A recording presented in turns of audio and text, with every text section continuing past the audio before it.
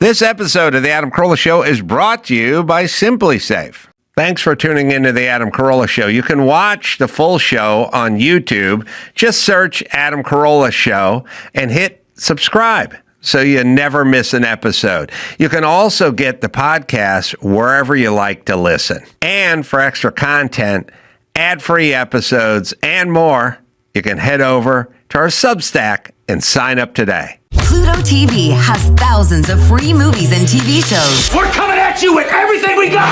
This is the mindset. Free. This is the mantra. Free. This is the mindset.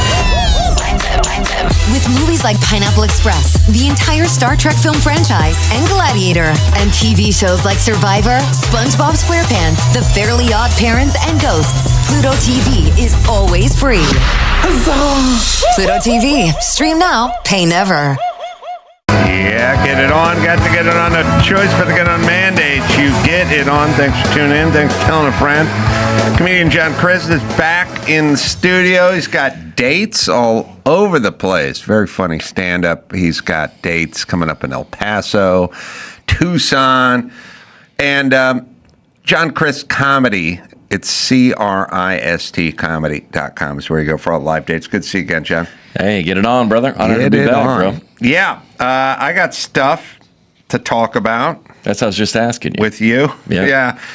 Now, I sit around and think and then write stuff down on but little all different kinds of pieces of paper, and then I gather all the papers together like Howard Hughes. Yeah, because you're off on the weekend, so you go, what am I going to do? Oh, I got to talk about this. And then somebody says something, you go, I got to. And then it just jumbles around in your head for 48 hours. Well, it kind of depends, because now if I'm doing stand-up on the weekend, then I'll go up and talk about stuff I was thinking about. Like I was just got back from Utah, and before I went on stage, I saw all these clips of these ICE protesters handing out dildos, because they're now protesting with dildos. That'll do it. And there was like bags of dildos, and they're handing them out, and then there's all this footage of them smacking with these dildos. Again, they're carrying around bags of dildos, and that'll do it. They're handing out all the dildos, and then they're going to beat the ICE guys with the dongs, I guess. I mean, this is not AI. That's not AI. I wish it was. I wish it was AI. And then they're going up against iron gates, and they're banging the iron gates outside of the ICE detention centers with dildos. Which okay. First off, I've been in construction for a long time, and I've done a lot of demo, and I've never reached for a dildo. You know what I mean? Now let me. Wait, is that a finishing dildo? No, that's a framing dildo. Okay. You can tell the framing dildos have a waffle head on them, all right? The finished ones are smooth head, more of an uncut, like a European type dildo. Now, turn it down. What I do is I go with like a 22-ounce Von hatchet-handled dildo. Yeah. That's what I'll do. That's kind of my weapon of choice. Yeah, like if I was trying to get this iron fence down, I would either use a Sawzall or right angle wheel, with a cutting, like a carborundum blade on it. But pounding on it with a dildo. You're in the ICE office. You go, there's a lot of protesters going on. And then you go out and you go, oh, no, we're good. We're good. Yeah, I wouldn't worry. Yeah. We're just fine. Well, someone is going to get killed because they brandish a dildo, and somebody thinks it's a gun or a knife or something. Yeah. We're about 4 months away from like expert testimony in a courthouse where a guy's like, Ron Jeremy's up there going, a dildo can cause harm. It can cause harm. Depends on the length. It depends on the length. Obviously, this guy looked like he got a running start. Yeah. Well, doesn't it seem to you like they don't want a solution? That person doesn't want. You go, what do you want? Ask them what you want. They wouldn't know. There's a couple things. A, I would agree with you. They're not looking for solutions because they're so dildo oriented that they can't get out of their own dildo box or dildo way. So nobody threatening someone with a dildo is looking for a solution. I will say that right now. When you brandish a dildo, you're not solution oriented. You're not what I would call pragmatic. Also, these people have never been in couples therapy because the first thing they'll teach you is never use sex as a weapon. That's right. And they're breaking that rule. Pat Benatar said it very well in one of her songs. So they don't seem solution oriented. Also, they seem like they must be unhappy because, to me, what would make me the least happy is to sort of repetitively do something that brought no results. And I mean, right. So when all those white women like go out front and they dress up like the ladies from the HBO show, and they stand there and they make some sort of song up that's like "We Will Overcome," but they put Trump's name and they put tyranny in there, and they just stand there holding a candle through a paper plate, and there goes Saturday. There goes Saturday. Meanwhile, Trump's on the back nine at Augusta. He has no fucking idea what you idiots are doing. They're on the 405 on the way down here. There's an overpass that said bunch of white people saying Trump doesn't care about you. Right. I go, yeah, or okay. He doesn't know. It's not affecting him. So who thought it's fine? Like, I'll tell you what would be super frustrating for me. If somebody said, Adam, I got you a can of chili, but you have to open it with a dildo. And I just sat there and just pounded the dildo again. After about 2 hours of that, I'd go, I am so fucking frustrated. This is the worst Friday of my life. Like, I'm upset. Now, waste of a day. Waste of a day. Yeah. Spending a Saturday standing in front of an iron gate and beating it with a dildo seems like a road for frustration for me. I would feel scared if as a man, you have the whole bag out there. Yeah. You go, which one do you want? Oh, right. I don't want to. Can't have thoughts. You don't want to choose. No, I don't like that one. I like this one. My thing is, you can't go, I already got this one. Hold on, let me pull one out. There you go. I packed this baby myself. Do they give you one, or do you choose from the bag? You know, my thing is that's hilarious. I think I can kind of size up a guy and his sort of dildo preference just by looking at him. You know what I mean? It's like a gift. Like, I got you, like, hey, listen, sometimes let me figure I'll out see what you want. some young protester in there, and he'll be like, I want the mega double-ended dong. And I'm like, son, that's too much dildo for you. I bit off more than you can chew. That's right. Yeah. Maybe next week, maybe next month. Like, why don't we start you out with like a 6-incher? Yeah, let's see. And a little limp. Let's start you out. Let's start fully, something. Yeah. I don't want to see you get hurt. You could hurt yourself. Don't run with this dildo, son. You're going to get hurt. Do you think everybody, I'm guessing, a parade or a protest, you've never been to either? No. Okay, let's institute, you get one. Because when you're going to multiple, first it was COVID, then it was ICE, then it was the mask, then it was the BLM. Right. If you get one, you're like, they really care about this. Right. But it's the same. It's the same group of dildo wielding. They've been at another protest. Yeah, George Soros told you to pick up that dildo. He paid for the dildos. Yeah. By the way, if you're in the dildo manufacturing business, this is good news. This is big for you. This is big because most people, maybe one dildo in their life, and a dildo will last you 15 to 30 years. Like, I don't have enough time on this planet left to go through multiple dildos. I've never seen one in real life. I'm going to die with the dildo I have. But if you're making multiple dildos and they're just throwing them at ICE agents, then that's the most I've ever seen in one time. Dildos? For sure. Yeah. In multiple, they cleaned out the Amazon. All right. So the WNBA is good now because they're no longer chucking them at the ladies on the WNBA but those have been floor. The same. The people were those. That's the opposite side of the political spectrum. Those are different dildo crowd. Yeah, who's like who? Big dildos like who's claiming us? Yeah, wasn't it?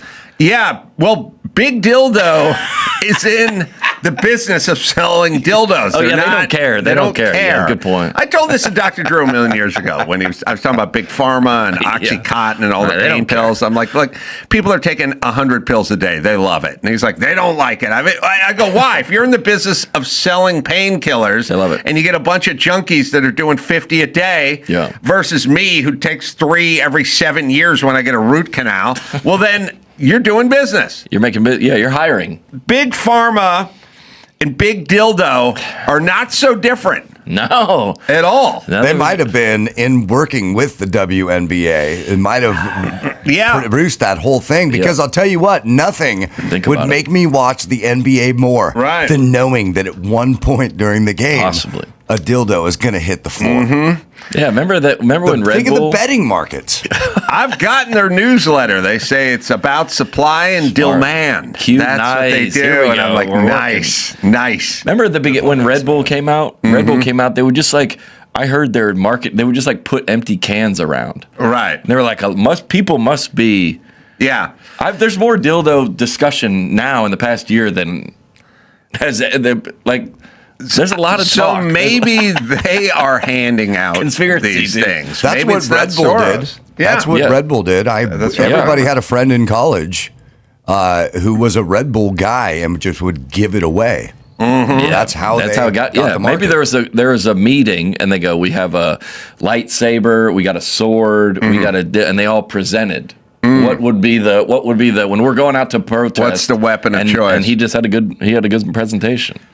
Well, we're now at the phase of our society, and listen, there was something called dignity, and we used to have it, and we used to kind of enforce it, and we didn't leave it up to cops and counselors to police everything. It was more like quiet dignity. And if that's out the window, then we're on the road to destruction because that's gone now. There's no more dignity. First off, you know who used to be the keeper of dignity? We're in dildo-struction. Yeah. Destruction. Yeah.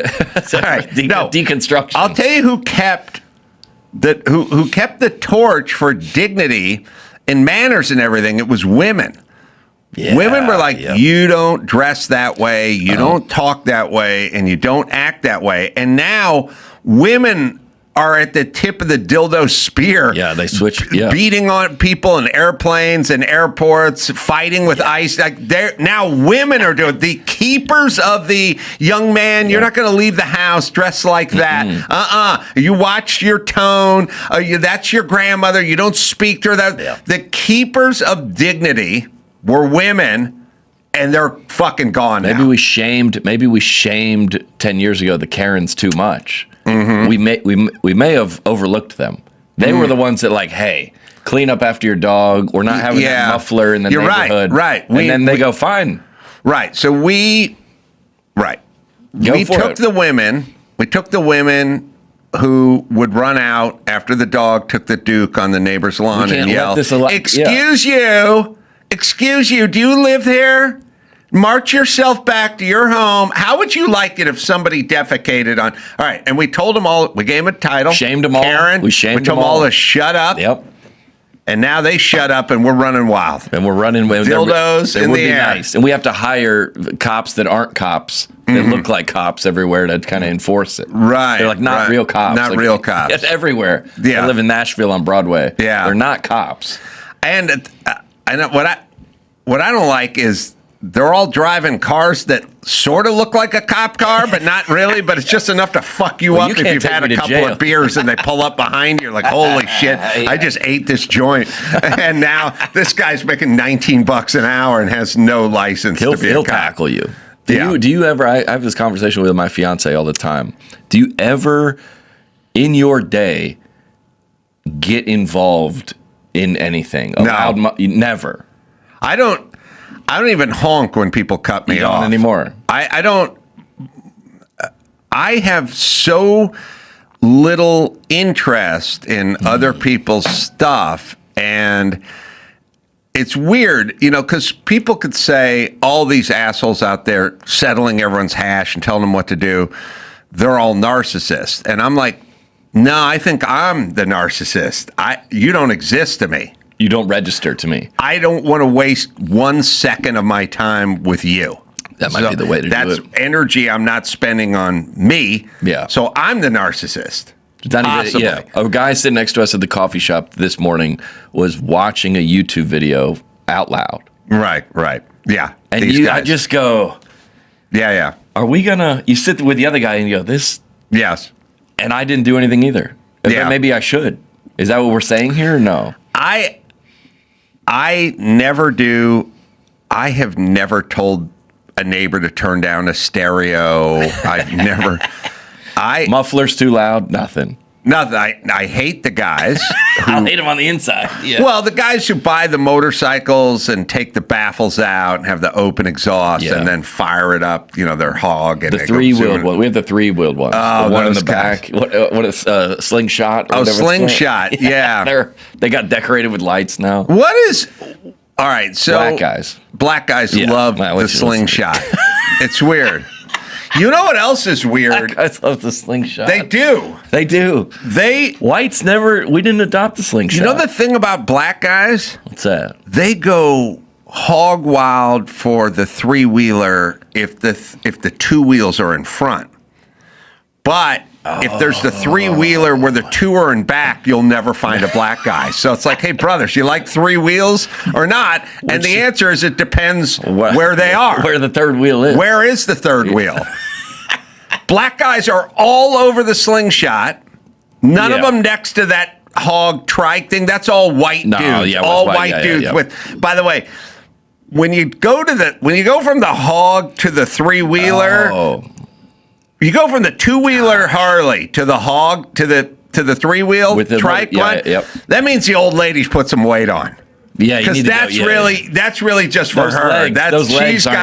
You can't handle her fat ass on that two-wheeler. Not at a stoplight. 20 years ago, like when you guys were dating, that was awesome. Stoplight.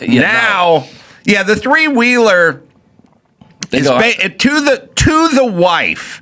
When the guy says, I'm buying the three-wheeler, it's sort of what the bustier is to the aging porn star. When they sort of pull it down, but it covers the C-section scars and the gut, retiring, stretch marks. They go, we're still going to do it. We're still going to just put the thing around your belly. We don't want to see your belly slopping over. Make a little adjustment. In the porn star. Yeah. That's the three-wheel. The three-wheel...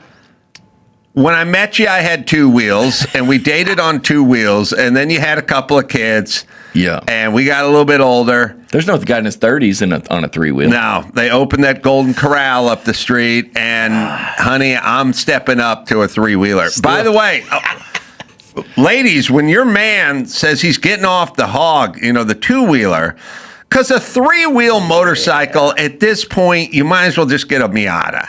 Yeah, just get a convertible. Yeah, just go all the way. You'll get better mileage with a Miata. Yeah. So when your guy says, I'd like to get a three-wheeler, what he's saying is I'd like you to lose 40 pounds. It's one of the, That's really what he's saying. Like, I'd like to get a new young girlfriend who I could put on the back of my Harley back old school. But I can't do that with you. The guy on the three-wheeler wants the two-wheeler. He wants the two-wheeler, but situation that his wife's fat ass is so unwieldy now that he can't safely handle the two-wheeler. And if that same guy gets divorced, he gets a Ducati. Oh, now we got the safety seat. That's the one with the notch in it. Cafe. He's leaning forward. Kind of a backpack on you at that point, but only waif models will work on a Ducati. Yeah. So what you got to do is... So here's the size, the women sizes. The Ducati, the sort of, or the Rice Rocket, the Ninja or whatever, but it's called a safety seat. It's like, it's a notched seat. Yep. It's not one big flat banana seat. Yep. All right, it's got the notch. Then you put the woman back up there. She's just on a little flat padded pad. It's 9 inches by 7 inches wide. Has to hold on to you. Has to hang on. There's no, you got to hang on. Yeah. Which always reminds me, like when a dude gets on the back of the Rice Rocket, you want to hang on, but it's getting a little gay. They're going to the ice rally, or they're going. Do you hold on to the shoulders? Because that's the straight version of being on the back of the Rice Rocket. Yeah, if you go I'd rather fall off than someone think I was gay. I'll risk it.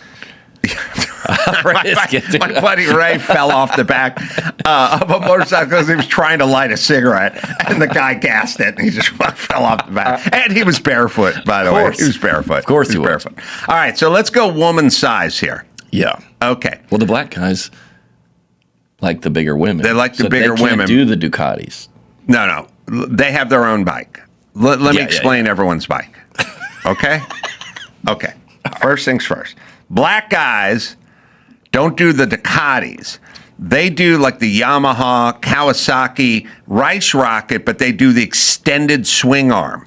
They do the long swing arm like a drag bike. Black guys do the drag bike. They do that.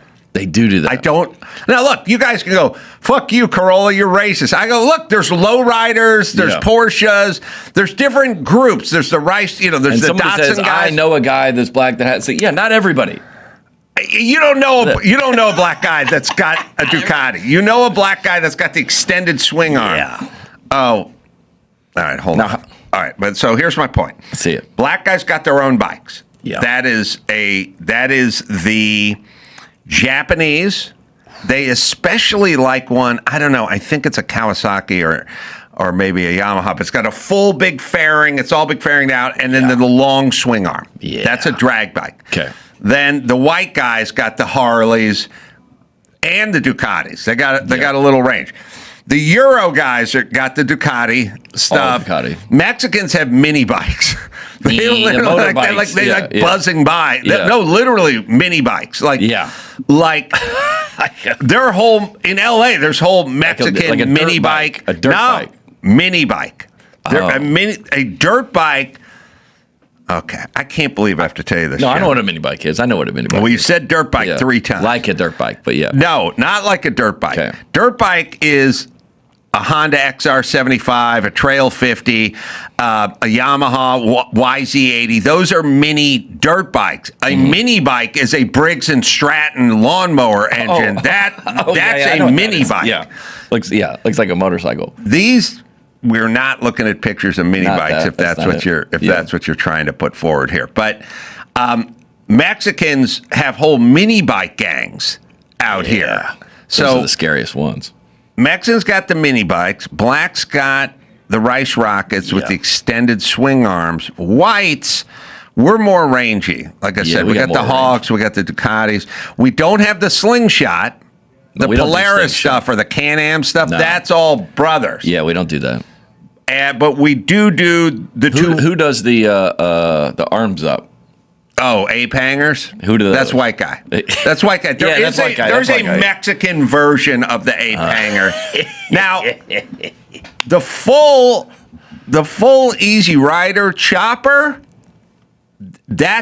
you need a waif model behind you on that. Like your lady can't be fat on that. No. Your lady cannot be fat on the Ducati. Can't be. And she can't be fat on a serious chopper, like old school. Now school 60s chopper. Okay. Yep. Then once you step up to like the Goldwing or something like that, like the bigger cruiser one, now she's got a whole saddle back there. And a backrest. And a backrest. And a backrest. Yeah. Here's what happened. Let me tell you what that is. That's what you call a gateway bike. That's a gateway to a fat ass. You see what I'm saying? Yeah, she was in the gym. Now she's kind of, you got the backrest now? I'll tell you what that bike is. Really big black dudes who used to play in the NFL who became bouncers. At some point, they started wearing sweatsuits. Yeah. And a sweatsuit will never tell you when you're fat. You just keep going. Once you get elastic on the waist. Right. That's a gateway. Dress slacks, you feel the pinch the next morning. One belt loop down. I'm getting fat. So sweatpants never let you know, and next thing you know, that guy's 475 pounds. It'll never let you know. That's what that Goldwing Harley seat is to the ladies. You know what I mean? She should have never climbed off that Ducati. No. Because when you got a fat ass in a Ducati, everyone knows it. And the same with the chopper. So then accountability. Right. Yeah. And then so what happens is they get off of the Ducati or the chopper and they get onto the Harley. and their ass starts to spread out a little. Yeah. And then that gets too big and they get onto the gold wing, which has, by the way, training wheels that electronically come down. Right, it does. Right? Oh, because her ass is too big. That's not for the guy. Now, are we... Well, hold on. We still keep going.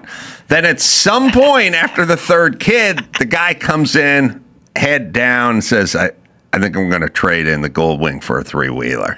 And that's the beginning of morbid obesity. Yeah, the three-wheeler. That's it. Now, but ironically, not for the front slingshot with the black guy. Yeah. That's a different ass. Because we have a slingshot outside of my fiance's apartment complex. There's a slingshot meetup gas station. Which should tell you what the neighborhood... That's not a good apartment complex. All those Jews pulling up at once. Who's policing it? Should the women be looking themselves in the mirror and be like, I can't get on this anymore? Or did the guys have to tell them? I think well, first off, whoever's behind you will let you know, too. You know what I mean? Like if there's a guy in a guy with truck nuts hanging off his Dodge Ram, fat ass. You'll know. All you have to do, if you cut off one guy in a Ram pickup truck, he will fucking yell whatever you are. Yeah. You're going to fucking, you'll know. Yeah. You'll know. The elastic won't tell you, but he'll tell you. Yeah, like have him split lanes with that thing while everyone else is, in traffic, and you have that big fat ass on display. Yeah. Somebody's going to let you know. But I don't think the women, do they want to be on the bike? I or don't. Is the guy like, hey, babe? I don't know because who makes that three-wheeler? And I know exactly do not show me a slingshot. About. I do not. The two wheels need to be in the back. Show me a slingshot, dude. What's it called? I'll tell you the worst. Gosh, it is so funny. I used to do a joke about this, but once the chick gets on the back, once you get the gold wing, they put the helmet on. The helmet's got the intercom. Oh, with the now you guys are talking all the way to Oregon. Yeah. Could you imagine putting a trash can on your head and just hearing the sound of your wife for like 7 hours? I goes, hey. Could you imagine that kind of torture? You ever heard about those guys that are like, he's faking being deaf so he can't hear his wife? He's like, he's playing this game the whole time. I can't. There's got to be a guy that the wife unplugs. Is the one goes, I want the intercom helmets, and that's a little rich for our blood. I hear you. You can stop at a stop sign. You can say, tell me, speak your piece, and then we'll hit the open road again. I can do some thinking. How about that? Oh, hey, I got to go to the bathroom. Just all right. Yeah, just 2 taps on the shoulder means number 1. That's what it was. 1 tap and 2 taps. Right. That was all the communication. All right, show me a 3-wheel motorcycle. There it is. And that's Harley. Guy. Harley makes that, right? We'd have to redact all this if that was a black guy. No. We'd have to take all of this back. Well, I would say that shit was photoshopped if there's a black guy. I don't believe it. AI's not advanced enough to put a black guy. Bring up a slingshot. Bring up a random slingshot. Let's see if we can find him. Now we're going to find a black guy. I'm so scared. Bring up a slingshot. Guy on a slingshot. I don't know. I will tell you, if you say a guy pulled up on a 3-wheel motorcycle, guess his race, I'd just go, are the wheels in front or are the wheels in back? And if they go, wheels are in back, I would go 1,000%. This is a 1,000%, it's a white dude. You scroll social media, see a lot of the same things. Everybody has that thing. This topic has never been discussed on Earth. You don't think historically one of our forefathers had this discussion by candlelight or something like that? Where are the wheels in the front and the back? I don't know. It's possible. They got the meetups in my neighborhood. I'm going to go down there and ask them. Hey. What do they? Oh, the other thing too. Well, here's the whole thing about black people. Okay, let's see. Black people are like, we're going to drive, right? Yeah. We need to get from point A to point B. Yeah. But how can we maximize annoying everyone else with our shit music? Yeah. They go, well, you could roll the windows down on the Denali. Yeah, that's okay. But what if we had no roof? Yeah. What if we were just in an open air thing with all speakers like a ski boat and we just fucking cranked it up? Yeah. Imagine how many white people we could annoy that way. All at once. All at once. It's productivity. Well, again, you're getting more efficient. It's more efficient. What is your goal? I like to annoy white people when I drive. Right. I was going down PCH the other day, black dude, window down. By the way, you guys you had plausible deniability, black people, with your window down in the past and your shit music to annoy white people. But what with air conditioning and climate control, there's no fucking. You're not right. How come you got your windows down and no one else got your windows down and you're cranking your young jizzy over there? I got to fucking hear all your bullshit music. Don't tell me this isn't part of the plan. Well, the slingshot is just the ultimate window down. Yeah, there's no window up. You have to listen to it. You can annoy white people from like a metric mile. Like you can annoy white people who from blocks away with the slingshot. And they got you ever seen like the TVs they're in the back? Oh, for the people behind you. Like, let me see a slingshot. Let's see. Oh, you found one with two white people sitting in it. They fucking rented that thing. Don't give me that bullshit. That's good. That's a. I want to see a decked out slingshot because they're hanging Christmas lights and stuff, right? There we go. Oh yeah, we need to see them with people in them. Let me tell you this. Let me tell you where you're never going to see a black guy. You ready? Yeah. All right. So here's what we figured out. No wheels in the back, but wheels in the front. Yep. Okay, we got that. You're not going to see him on one of those gold wings with the training wheels and the old lady. No. I'll tell you, as long as we're talking about wheels and transportation, you're never going to see a black guy on a recumbent bike. That is the move of the white man. The white man does the recumbent bike. Black guy, no recumbent bikes. Yeah. Also, you know what's funny about Mexicans? They're so committed to their horrible forms of transportation that they make lowrider bicycles. Yeah. They've like somebody's got it. They got lowrider like on the beach. They go on like a and there's like a 45-year-old Mexican guy on a lowrider bike. You're like, dude, at some point. Is tough. And by the way, it's weird because it's the culture. It's the culture. So what do Germans do? They do Porsche.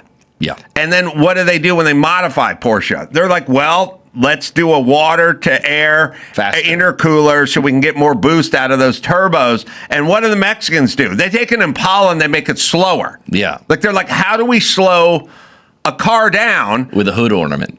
Right. Let's see what we can do to make this car slower. Yeah. And then you go, okay, which culture has a space program? Which culture makes rockets? Which culture makes jet airplanes? And you go, not the one that wants to go slower. Not the Everything one that there's faster. about, like, they're all sort of like, I know we don't ride donkeys anymore, but we want a car as slow as a donkey. So let's get to work. Down. Yeah. Yes. And then the economics of it is like, I'm going to put $150,000 into my Impala and make it worth $9,000. Like, that's the other thing too. Every time a white person does a reno to their house, they go, how's this going to affect resale? Right. And they go, if we're not doing the thing in the backyard because that's going to limit who this is going to resell to. You have these conversations. They go like this. They go, the new doors and windows, the Anderson guy, it's $41,000, but the actual value of the house is going to go up almost $100,000 once you install these new double glazed doors and windows. Done. Mexicans would be like, I'm going to put $150,000 into this kitchen and entry hall bathroom and make this house worth $200,000 less. That's essentially their plan. That's their economic plan. Math-wise, it gets tricky. They want that. Blacks want to annoy you on the road with the sound. Found running a business. It is hard to keep track of how much money is coming in and where it's going, and that's why I use Found. Found gives you one platform that handles banking, bookkeeping, invoices, and taxes. They handle the tasks that create the most hassle for small businesses, and they do it directly from your business checking account. They've automated things like tracking expenses, finding write-offs, and budgeting for tax time. I love comedy. I like podcasting. I like working on my cars. So the less time I have to worry about the nonsense, the better. Found has let me focus on what I love. And I know it's going to help your business too. It's Found, right, Dawson? Take back control of your business today. Open a Found account for free at found.com. That's FOUND.com. Found is a financial technology company, not a bank. Banking services are provided by Lead Bank, member FDIC. Join the hundreds of thousands who've already streamlined their finances with Found. Home Title Lock. Have you heard about this $17 million fraud scheme that targeted elderly homeowners in Los Angeles? A ring of 11 people, including 2 foreign nationals, used fraudulent identities and public title records to forge documents and take out loans against these LA properties. And the homeowners didn't know anything about it. And now, despite multiple arrests, the homeowners are left to clean up the mess and the legal and financial nightmare it created. And if you're a homeowner without protection in place, this could be you. Sadly, this is the new world order. That's why I partnered with Home Title Lock, so you can find out today if you're already a victim and protect yourself or your loved ones against this growing crime. It's Home Title Lock, right, Dawson? Use promo code Adam at HometitleLock.com to get a free title history report plus a free trial of their $1 million triple lock protection. That's 24/7 monitoring, urgent alerts, and if you're a victim of fraud, they'll spend up to $1 million to fix it. That's HometitleLock.com, promo code Adam, or use the link below.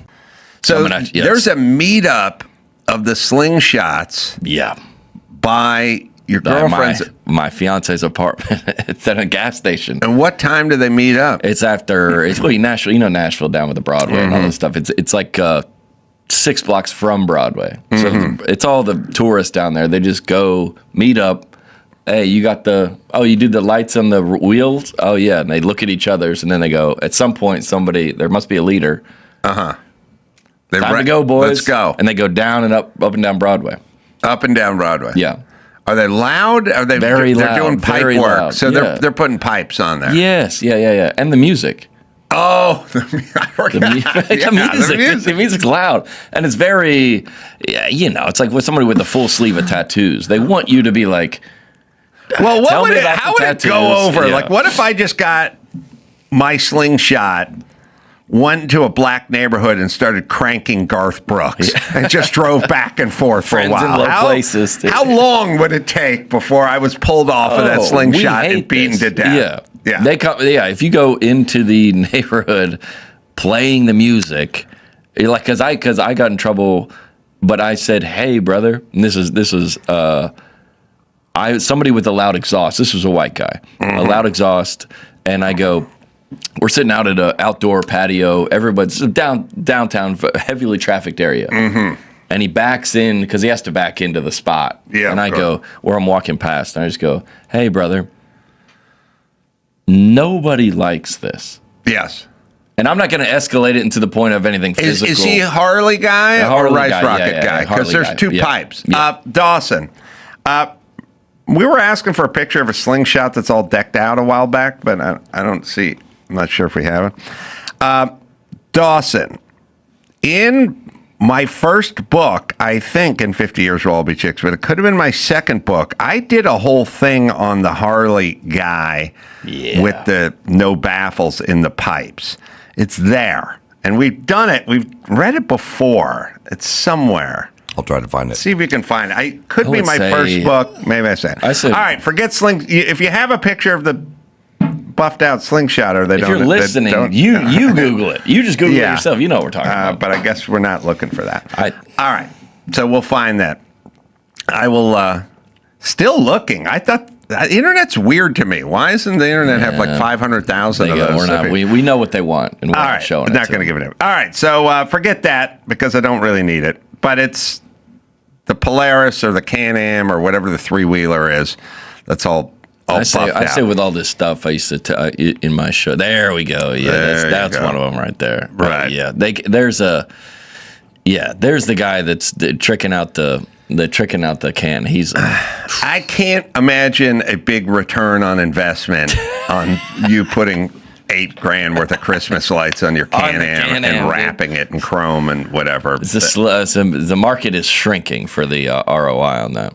You know what's weird too about the people who do this, they're not super talkative away from the bike and away from the trike. And it's like, are you loud or are you not loud? Yeah. You know what I mean? Like, I get it if you're this person. But that guy shows up to work Monday and doesn't say anything to anybody. Not a word. Which is not weird, right? He goes nuts on the weekend. I also kind of feel that way about people who stab people. Like, they don't talk. They're quiet. They're like introverts. And then they stab strangers, too. You know what? That's range. My therapist, when somebody says, I'm thinking about committing suicide, they're never gonna. That's not the person who does it. It's the you go, I thought he was. You know what? When a counselor or therapist is told I'm thinking about committing suicide, they're obliged contractually by law to say anything. Good point. But I'm going to make your point. Let's hear it. That person never commits suicide. It's the person who doesn't talk about it. So when you go to a therapist and don't talk about suicide, they should go ahead and have you committed or evaluated. Right. That guy is at risk of committing suicide because he didn't say anything about suicide. He's good. You're free to go, sir. Yeah. Yeah, because talking about suicide is like when you say someone go, I'm moving this weekend. And I go, I'd like to help. Yeah. But we know how that ends up. You get no help. Yeah. No. A lot of chatting. You have the quote from that book already? Yeah, he said, we rode motorcycles because you could fill up the tank for $1.89. We could cut through LA traffic. And on the weekend, we could carve up a canyon. All good reasons to purchase a motorcycle. Being seen and especially being heard were not part of the equation. That's because we weren't insecure, narcissistic, poser douchebags. You fucksticks that pull the baffles out of your Harley exhaust so that people in surrounding neighborhoods, countries, and the unborn can celebrate the arrival of your preening ass and the Harley softail it's perched on rank just beneath pedophile clowns and Nazi prison guard on the cosmic cocksucker list. How many times? Keep going. How many times you've been awoken from a nap because one of these peacocks had to throw out a couple of revs as they were driving past your apartment? How many times have you had the shit scared out of you while walking back to your car after a satisfying dinner because one of these guys flew past you with the hammer down? It's called noise pollution, and the chicken shit cops that are busily handing out tickets for no front license plates or illegal window tints should for once focus on something we give a fuck about. My fantasy is to follow one of these guys home some night and hide in the pantry until he's finished beating off to a cardboard cutout of himself and fallen asleep.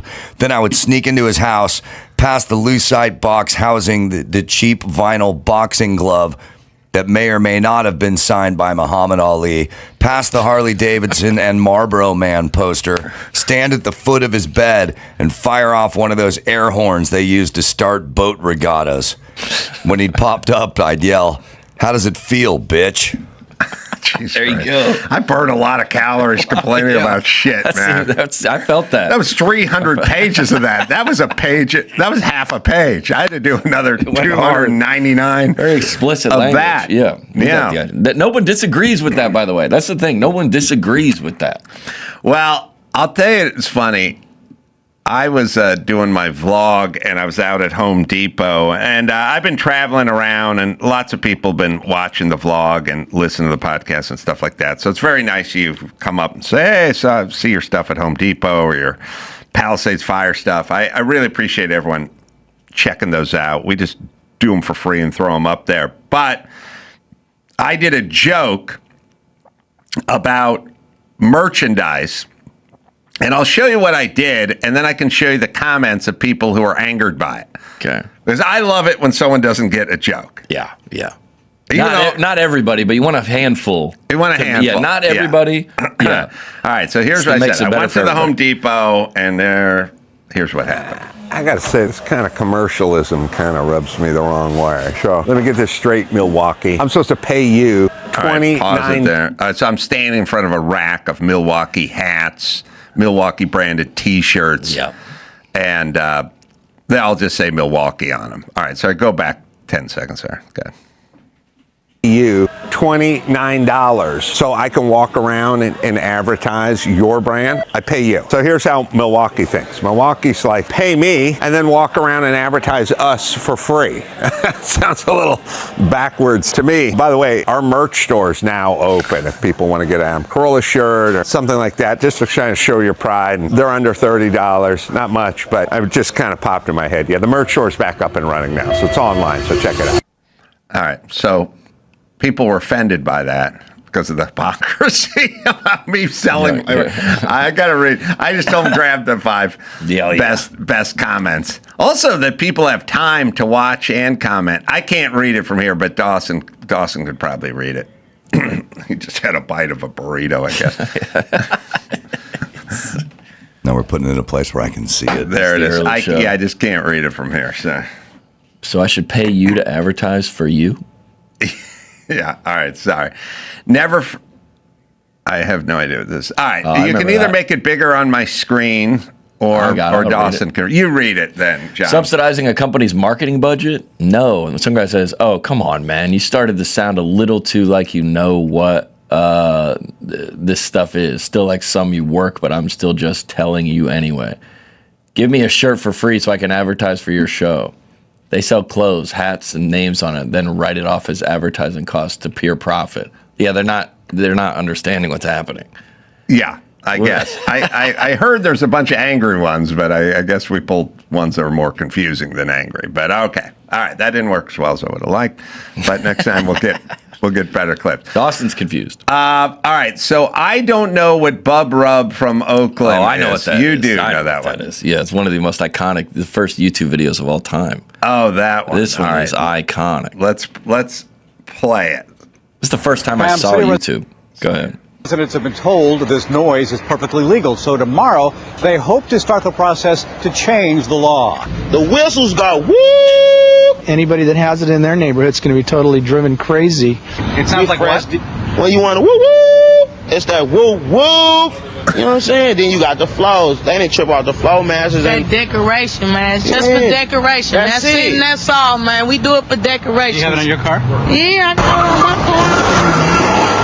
Some Oakland residents will complain about the noisemakers Tuesday night at the city council meeting. Some neighbors are saying way too loud. That's only in the morning. You supposed to be up cooking breakfast or somebody, and so that's like an alarm clock. Woo woo! That makes the car audible for almost a mile. Some neighbors are a mile. God damn. Guy flew through the stop sign, by the way. You know, they have in automotive racing and the vintage racing I do, they have certain races that are like decibel races where like you got to put a muffler on because it bugs the shit out of everyone who lives around the track. Yeah. You know what I mean? Now, not a lot of them. A lot of them are open, but they do. It is a thing. All right, now next. So you went to the. You were at the coffee shop with your lady, or getting coffee. Someone with their clip. I've been really drilling down on like Starbucks and coffee and like how look, I grew up, no one drank coffee, no one gave a shit. Adults, truckers drank coffee with Sanka. Really? It wasn't a everywhere, yeah. Every day, everything. Nobody. No, it was like energy drinks. There was coffee at your house. They didn't. You wouldn't go out. Oh, I'll tell you. Yes, I'll tell you what it was. Shop. Yeah, I'll tell you what it was. Coffee was made at your house. Yep. You didn't touch it if you were under like 20. Yep. You had no business drinking coffee when you were 14. Plenty of energy. They didn't need it. If you come from a house like my house, my family they didn't drink coffee. It was too much work for them. We didn't so there was no coffee anywhere. As a matter of fact, my family was so fucking lazy when it came to coffee that if we ate at my grandparents' house, no one had a coffee maker or coffee pot or anything. No. But if we had dinner at my grandparents' house, at some point my grandmother would go, "Does anyone want coffee?" And then when I was an adult, I'd go like, "Yeah, I would like some coffee." And then my grandmother would say, Well, if it's just Adam, I'm going to make the instant, which is weird Sanka freezer burn jar in the fucking freezer. She'd have to chip it away with the butt of a spoon, and then boil water.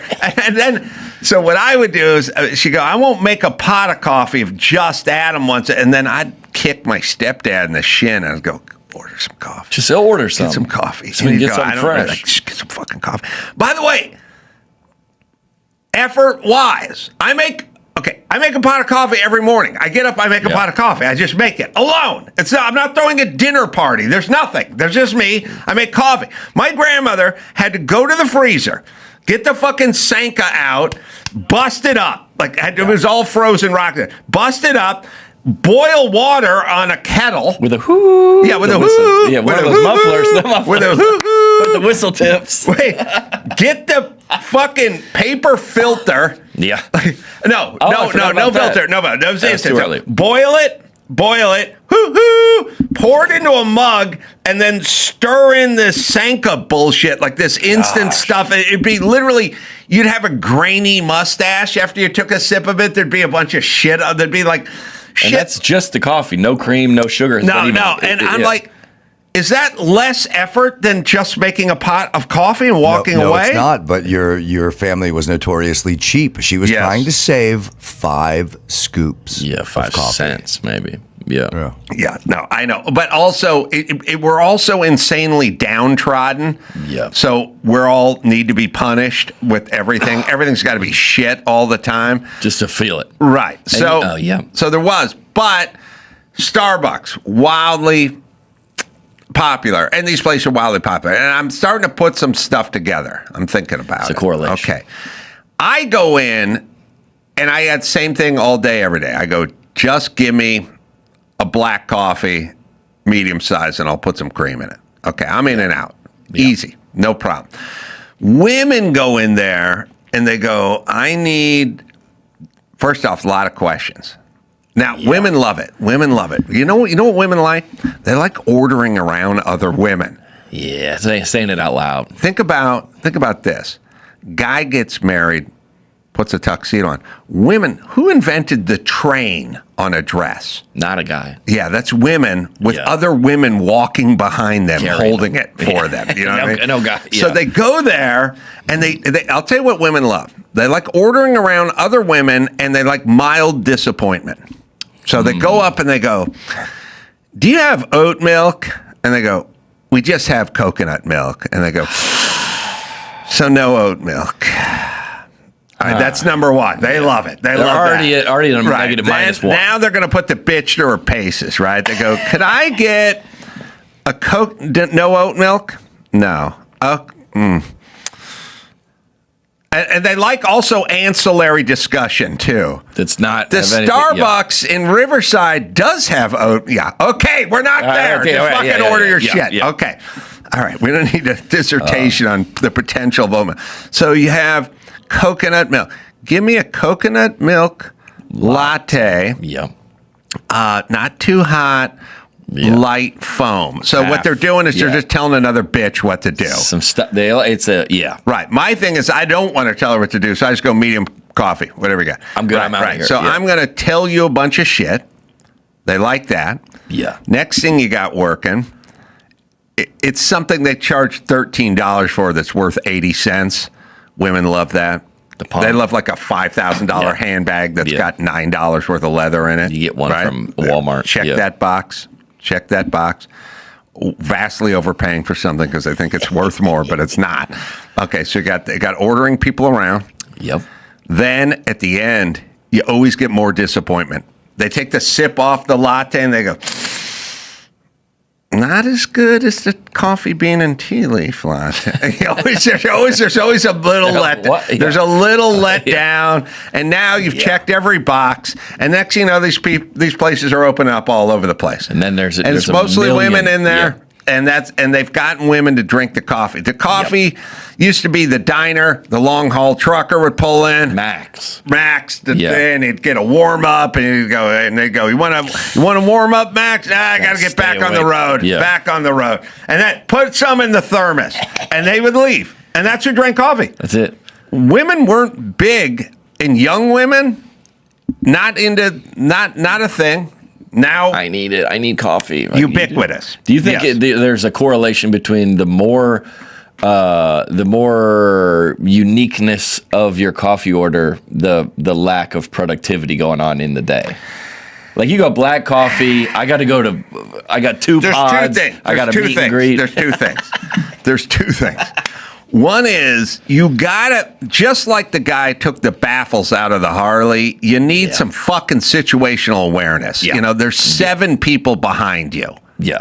You really want this chick to go to the lab and get out a Bunsen burner so you can get a cup of coffee. You know what I'm saying? Yeah, it's the guy at the fucking, you know, the guy at the wedding, and they go to the bar and you're behind him, and all you want's a Miller Lite, and your girl wants a glass of white wine. Handlebar Mustang. This guy's behind the thing, and the guy comes up, the guy in front of you, and he's like, "Could I get a slow gin fizz and an appletini?" And the guy's like, "Let me see if I got nutmeg here. Yeah. Let me go to the back." And they're playing the Cupid Shuffle. Yeah, and it's like, get the fuck out of the way. Get a beer. Get a wine. Let's get the fuck. Go ahead and get some Jack Daniels. Just dump it in a cup and leave. I don't need him getting out his fucking shaker and all his shit for you. Because that's not like, I go to the rental car place when I'm on the road.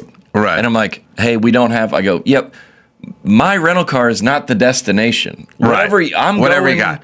I'm going to the show. So like the coffee is not the destination of your day.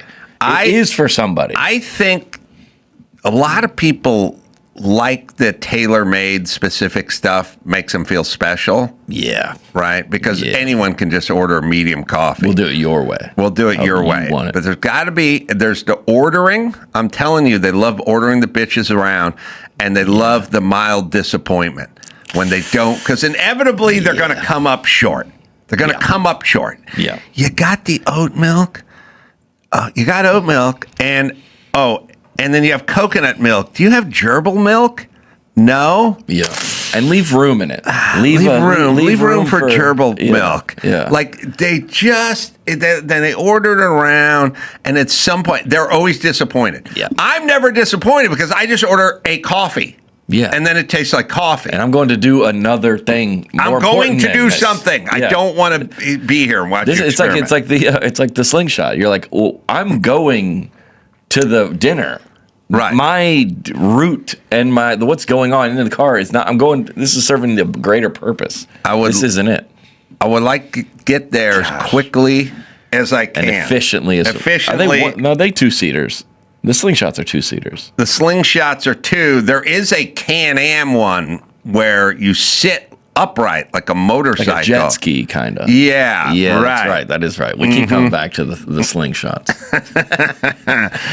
All right. One more thing to talk about. I am obsessed. I got a couple clips. I'm obsessed with Jennifer Newsom, which is Gavin Newsom's wife, because I am telling everyone wants to know what's going on and how come everyone's gone nuts and what the fuck's going on. We're beating ICE officers with dildos. And I realize with all these people, I always just say to everyone, all roads lead to narcissism. Think about all these progressive assholes in Hollywood. Every single story they tell you casts themselves as the hero. Savior. In it, and the savior. Yeah. And listen to Newsom's wife talk about this is who she is. And by the way, she filmed herself. She said, "I am going to film me talking about stuff, and I'll talk about myself, and you'll hear the kind of person I am." All right, here we go. Hi, everyone. I just wanted to take a minute to check in. What we are seeing right now, from the war to extreme wealth inequality. All right, hold on a second. The other thing is, too, is you don't need to check in with us, bitch. Just go about your fucking day. I'm good. I'm good. Doing great. Yeah. I know. They always do this thing. They go, as if like we're all sitting around going, what's Newsom's bitch got to say about what's going on in Ukraine? Or the Straits of Hormuz. I don't need you to check in on inequality, but she's going to check in 2026. Here we go. What we are seeing right now, from the war to extreme wealth inequality to immigrant families being torn apart to the extremely hateful and divisive rhetoric online, should have us all worried. And if there's one thing about me, it's that when I witness something that is unjust or wrong towards women, children, and families, I cannot stay silent. Okay. None of these people ever go, sometimes when I clean my ear out real good, I like to sniff my finger. No, and it's never embarrassing. It's never that. It's always awesome. Great point. It's never that. It's never that. Like sometimes when I'm flossing, a little piece of gristle come out from like 3 days ago, and it smells so bad. Never. Gross. I have to speak up. I have to. When she witnesses inequality or any kind of tyranny, she's the kind of person that has to stand up. By the way, she's the kind of person who has to film herself saying she stands up. She lives in an $8 million mansion up north and does nothing. Yes. I have to stand up in this professionally lit studio. Yeah, she's going to talk with very clear diction. She's going to stamp out inequality. So I was wondering what was going on with inequality, and then something's happened. I wasn't aware anything happened. They never give you a list of what it is they're doing. Or what I mean? Like that's what we said earlier. What do you want? What should we do? What do you want? We're going to stand up, and we're going to push back. What should we do? Yeah. You know what? I'm going to arm myself with a dildo, and I'm going to stand up, and I'm going to push back with my dildo. No. All right, just go back 10 seconds because it's great. She's going to explain who she is. I'm the kind of person who stands up. By the way, the richest, whitest, Barbiest, dolliest chick on the planet is going to fucking lecture us about this. All right, here it is. Online should have us all worried. And if there's one thing about me, it's that when I witness something that is unjust or wrong towards women, children, and families, I cannot stay silent. My entire life's work has surrounded the notion that we need more human decency in this world. And the only way we get there is... She did take some of that time off to blow Weinstein. She punched out for a second to blow Weinstein, and then she got right back onto her mission. I never heard of her before until her entire life's work. You haven't heard of her work? I've not. Her body of work? I knew Gavin Newsom. I didn't know. She's been... this is new. Her whole life has been helping people and blowing Weinstein. But all right. But that's now you know. You didn't know about her. That. Yeah. No, she stands up. She has to say something. Nobody can, there's no one on the opposite side of this. That's the other one I like. It's I'm against race. Yeah, dude. Yes, good. So is everybody. All right, here we go. Through courage and through speaking truth to power, through standing up for women, for children, for our common humanity. My first documentary unveiled how the patriarchy vis-a-vis the media was holding women in leadership back. I don't even know what that means. My second looked at the boy crisis in America and how our culture is failing our boys. And hold on, when hot chicks do documentaries, that just means I don't have a fucking job. Also, that's all that is. The truth to power is in the living room. Right. You got the power. Your power is your husband has the power. I told everyone during COVID, not us. During COVID, you guys are like Trumps and oppressors. Like your guy shut the beaches. Your guy took bulldozers and pushed sand into skate parks. The paddle board. Yes, your guy. Your husband is the guy who shut the restaurants and put businesses out. Yeah, he's the power, you idiot. Go speak to. You're speaking to Trump's 3,000 miles away. It's your guys closed the schools down for a year and a half. You fucking witch. If you said who has the power to an alien, you'd be like. They do. Yes. That lady has the power. Yeah. You're insane. Go ahead. Men. Media has played a huge role in devaluing the feminine and uplifting the masculine, and not always the better elements of either, because there's power and beauty in both. But technology is the new backlash to gender equity and gender justice, and it's on steroids, mostly because it's in the hands of those who wish to profit at all costs and return us to a time when women and girls had no power, no voice, and when men and boys were told that they could not express the emotional nor caring parts of themselves. Now, as a society, shouldn't we strive to help people realize the entirety of their humanity, to see the goodness and humanity in others, to value kindness, decency, and respect, to treat others the way we want to be treated? It's on us to build systems that reflect those values. Systems. Yet right now we live in a world building that values systems profit. means give me some fucking money. Yeah. I got friends who want to build systems with happy names, and the money just fucking goes down the drain. Reflect those values. Yet right now we live in a world that values profit over people. We live in a world where hate and fear perpetuate division and power being held in the hands of only a few. This feeds a broken system, a system that targets women and other vulnerable communities asking for change, that silences women men. and those who speak out, we target that render women. women's work invisible, that pushes certain women. Hold on. Let me explain how it works. Yeah. The guys with the three-wheeler motorcycles, we're back. The wheels in the back, if they have the wheels in the back, those are the guys who are targeting women. Yeah. And then other guys on three-wheelers where the wheels are in front. Yeah. So you understand? Yeah. So wheels in the back. Oppression. You're oppressing the guys. Yeah. You're targeting We need to make one of these videos. women and then guys who are on the slingshots.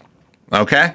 I think I got it. it Come now? after. Is that what the end of this is? Is it? It's the men on the. She's going to slingshots? explain that the guys with the rice rockets and the extended sling arms aren't the problem. I don't care what the FBI crime statistics say. All right, here we go. Preserve their limited seats at the tables of power. I just got to go back. And it's hard not to feel the weight. I love this. I wish any of this. By the way, as a rich, old heterosexual white guy, I wish 1/10 of this was true. I really do. I'd have my seat at the table of power instead of fucking sitting in traffic. I don't know where the table is, but I'd like to sit at it. Well, you're not rich. Women and other vulnerable communities asking for change, that silences women and those who speak out, that render women's work invisible, that pushes certain women to tear other women down in order to preserve their. By the way, hold on. seats. I don't know what any of this means.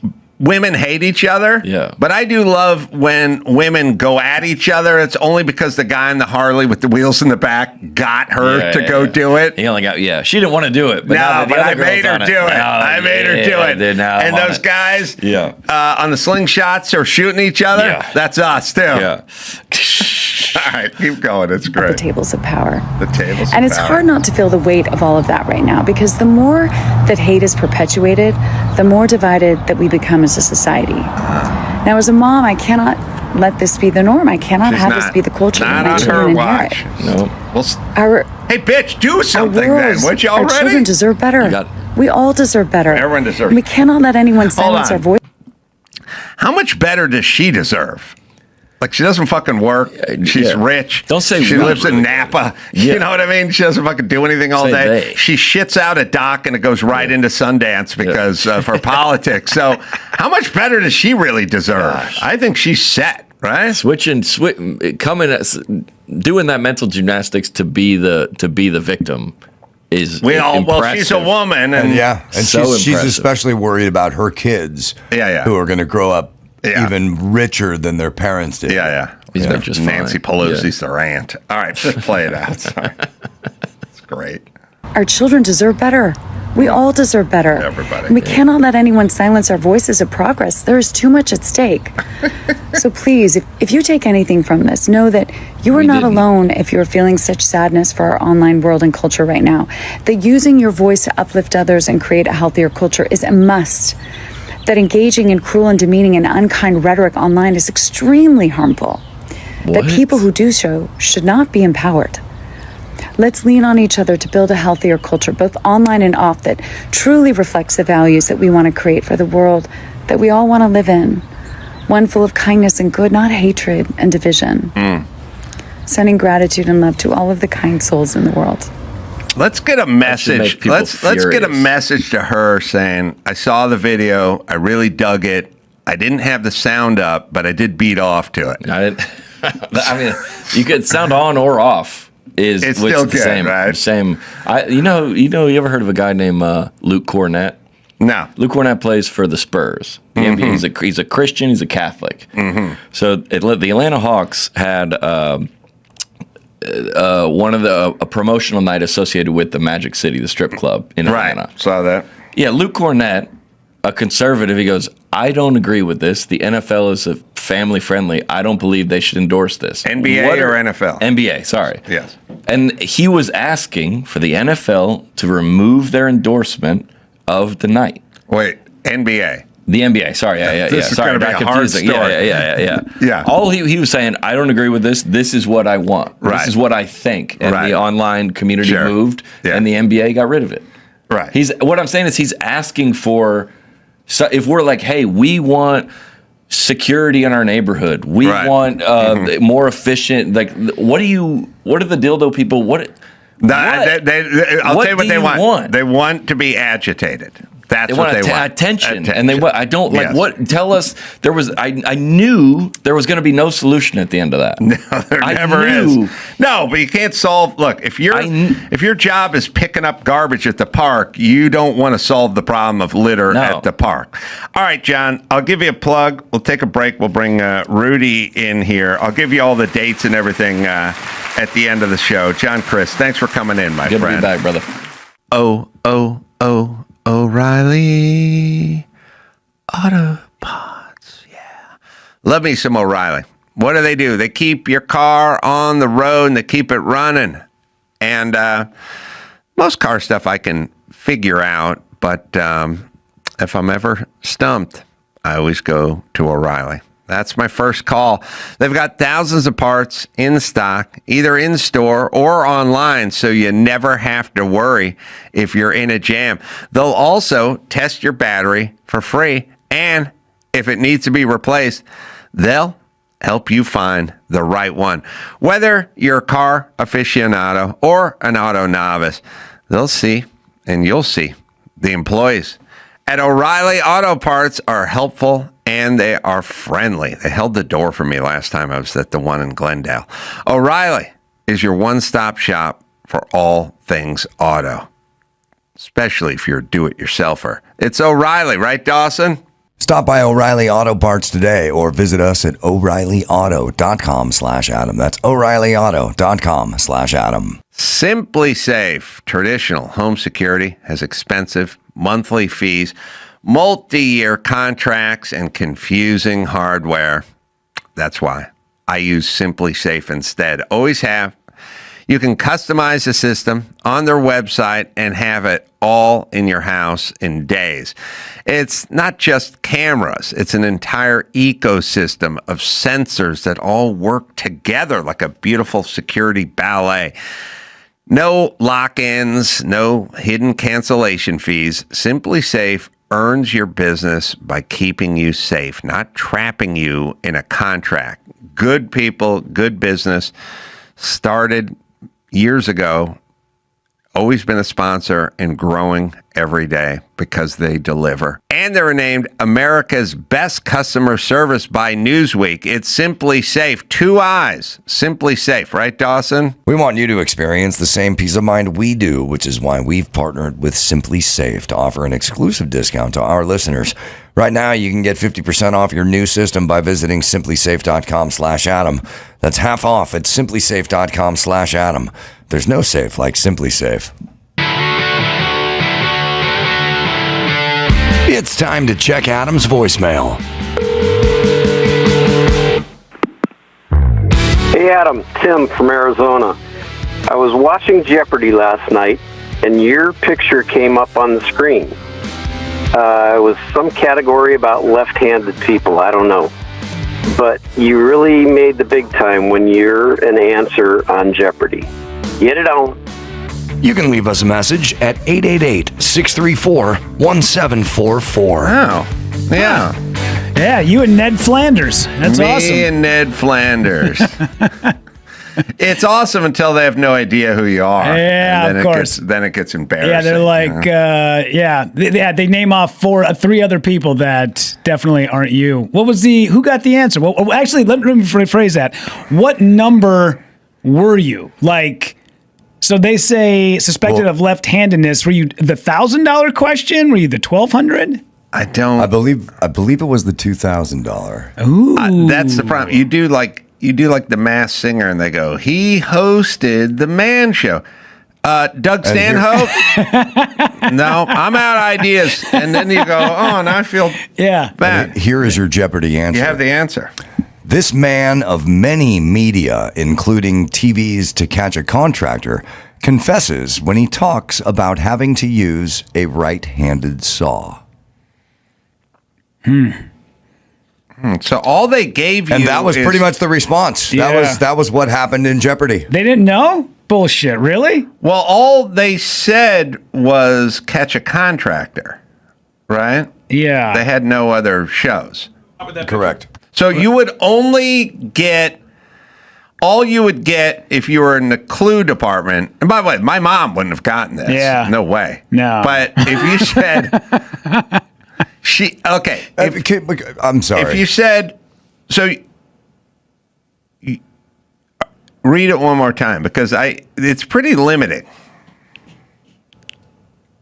Stand by. But I guess there is a right-handed and left-handed saw because of the way your grip palms so there is. Definitely. Okay, Well, but in the movie Step Brothers,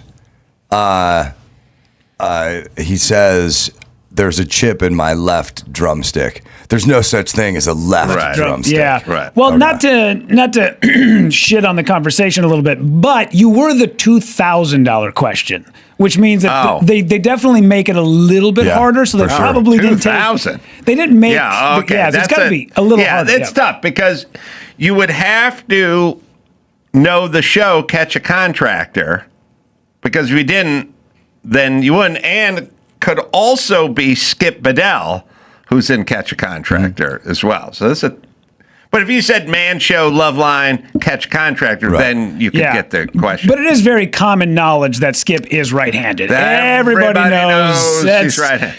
It's a tale as old as time. But they don't show. But they're not showing a picture of me, are they? They are. Well, then you should get it. Yes. Yeah. All right, go ahead. Do it.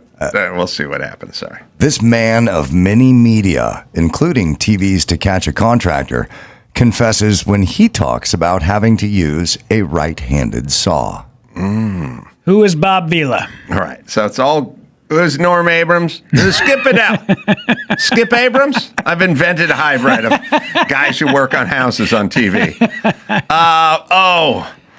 Jesus. All right. So no one got the answer. Is that what we figured out? Correct. We need to find that clip somewhere. Damn. Come on, it's a 2000. Jeopardy's a tough one to find online. Merv Griffin would get really mad at us for playing that. Okay. Yeah. It's a tough one. Yeah. And they put the picture up there. I wonder who must be some young Indian kid or something. Yeah, obviously. Apparently, there's a Chinese guy on Jeopardy right now who is just killing. He's got I think he's on like 17, 18, 19 times. He's the new guy. Completely crushing it, but he didn't get this one.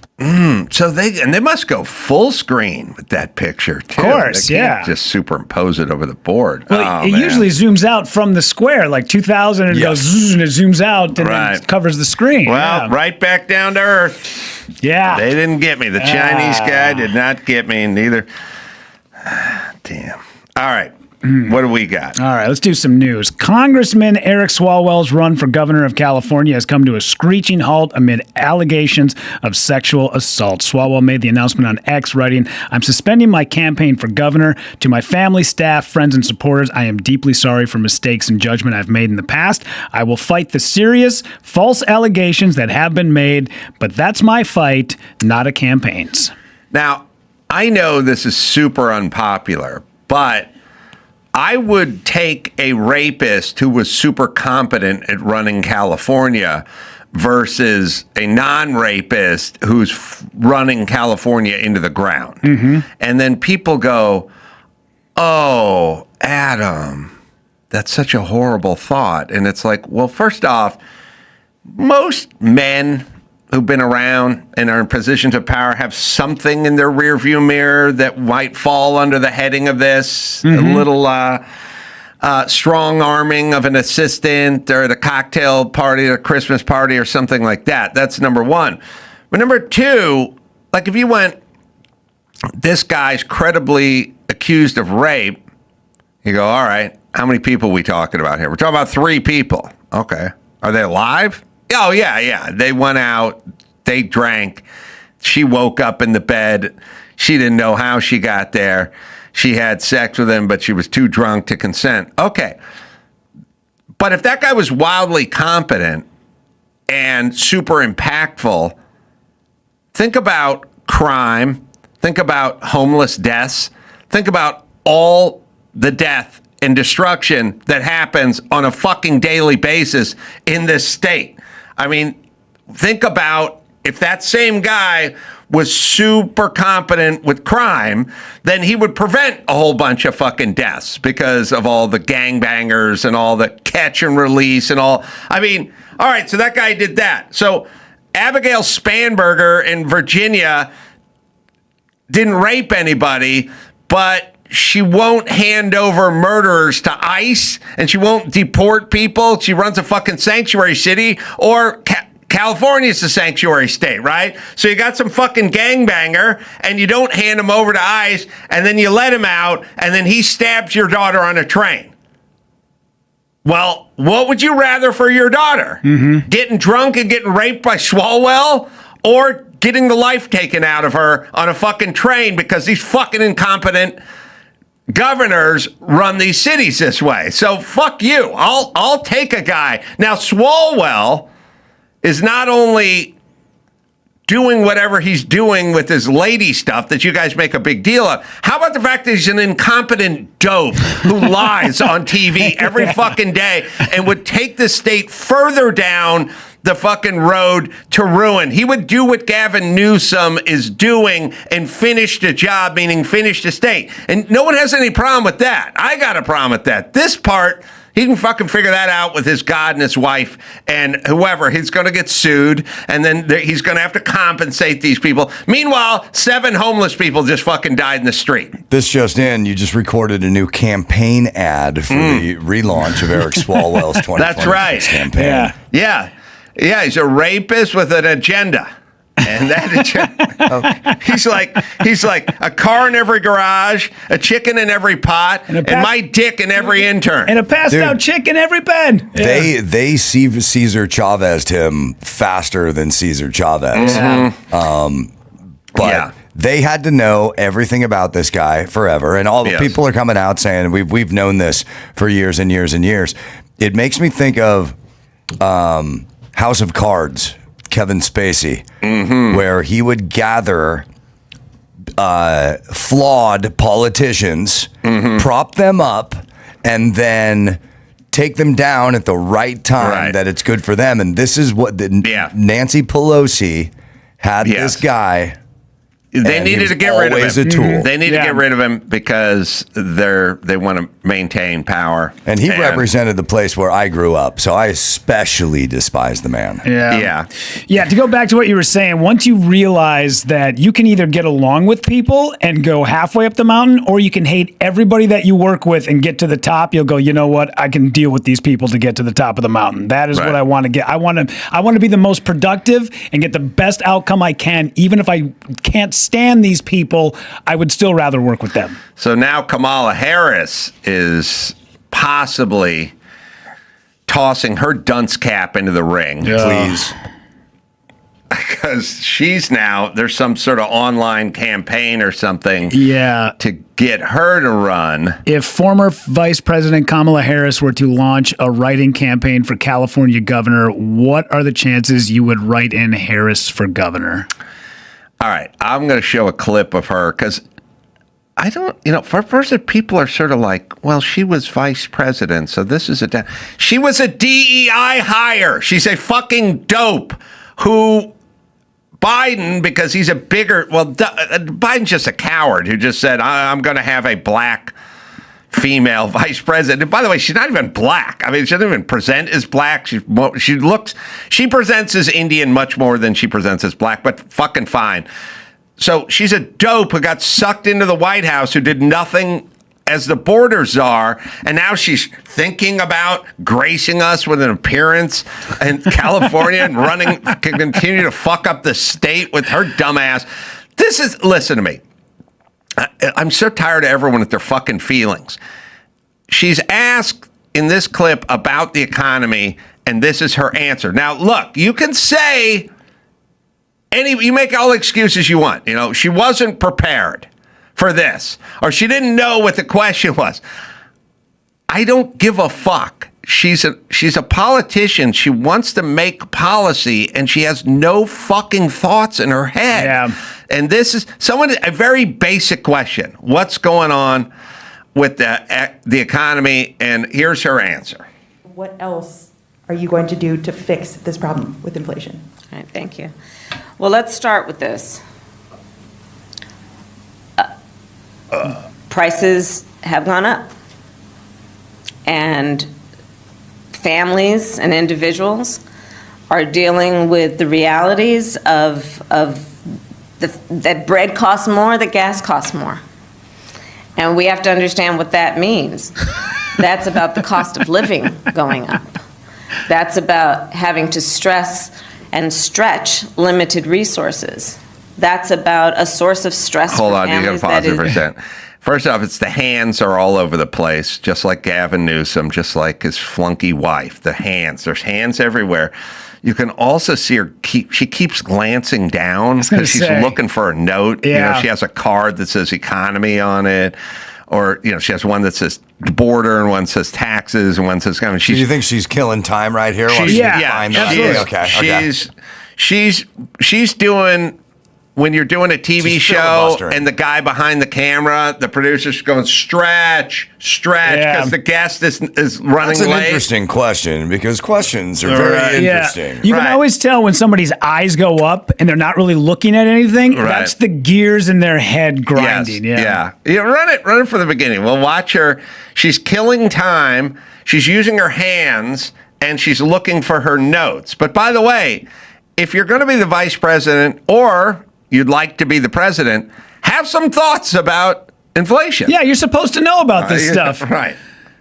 What else are you going to do to fix this problem with inflation? All right, thank looking you. down. Well, let's start with this. Eyes up. Up, still up. Prices have gone up. Prices are up. Okay. And families and individuals are dealing with the realities of looking down, looking that for bread notes. costs more, Right. that gas costs more. Uh-huh. And we have to understand what that means. That's about the cost of living going up. That's about having to stress and stretch limited resources. That's about a source of stress for families that is not only economic, but is on a daily level, something that is a heavy weight to carry. So it is something that we take very seriously. Very seriously.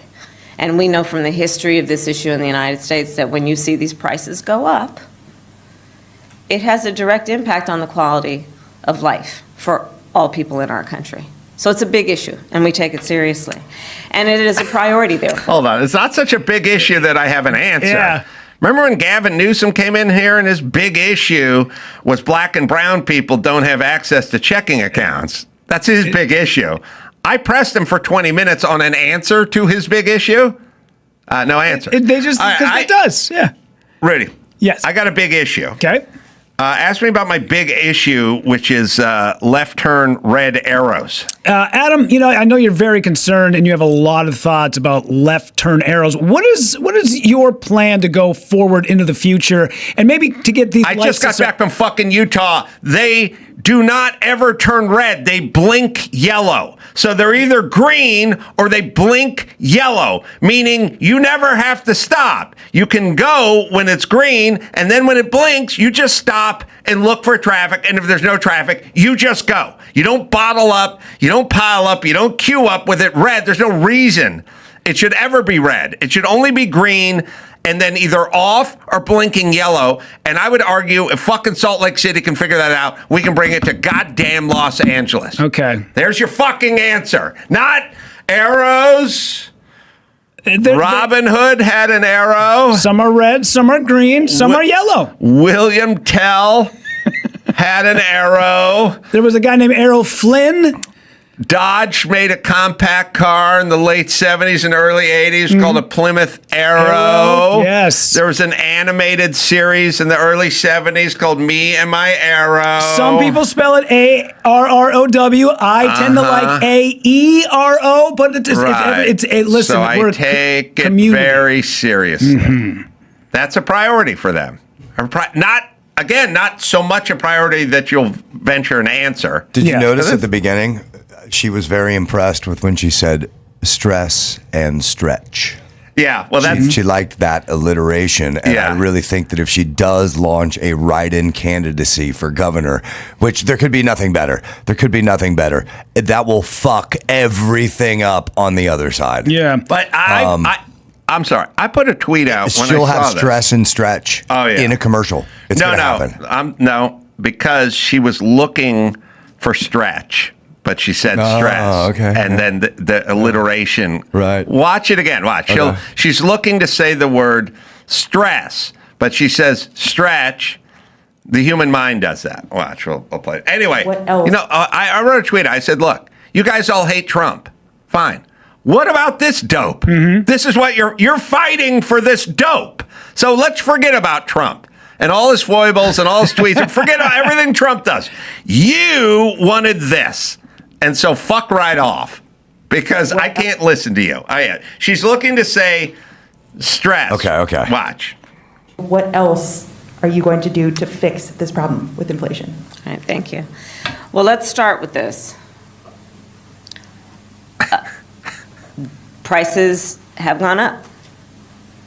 And families and individuals are dealing with the realities of that bread costs more, that gas costs more. And we have to understand what that means. That's about the cost of living going up. That's about having to stress and stretch limited resources. That's about a source of stress for families that is not only... That's the point. She doesn't say anything. Now, here's the real question. Why is this attractive? It is so attractive. I'm telling you, this is the problem with women. Women like this shit. Women like, we're talking about nothing forever and nothing ever changes, but we're talking about it. This is a estrogen influx. Woo! There's no other way to describe this, because this fucking never worked in the past. And for some reason, the chicks love it. And you know who loves this? By the way, you know who loves nothing talk the most? Yeah. Black women. Black women love nothing talk, and that's why they vote 92% Democrat, because they're the fucking word salad talkers. Okay, but honestly, how would you fight the argument, though, that Kamala slays? Yeah.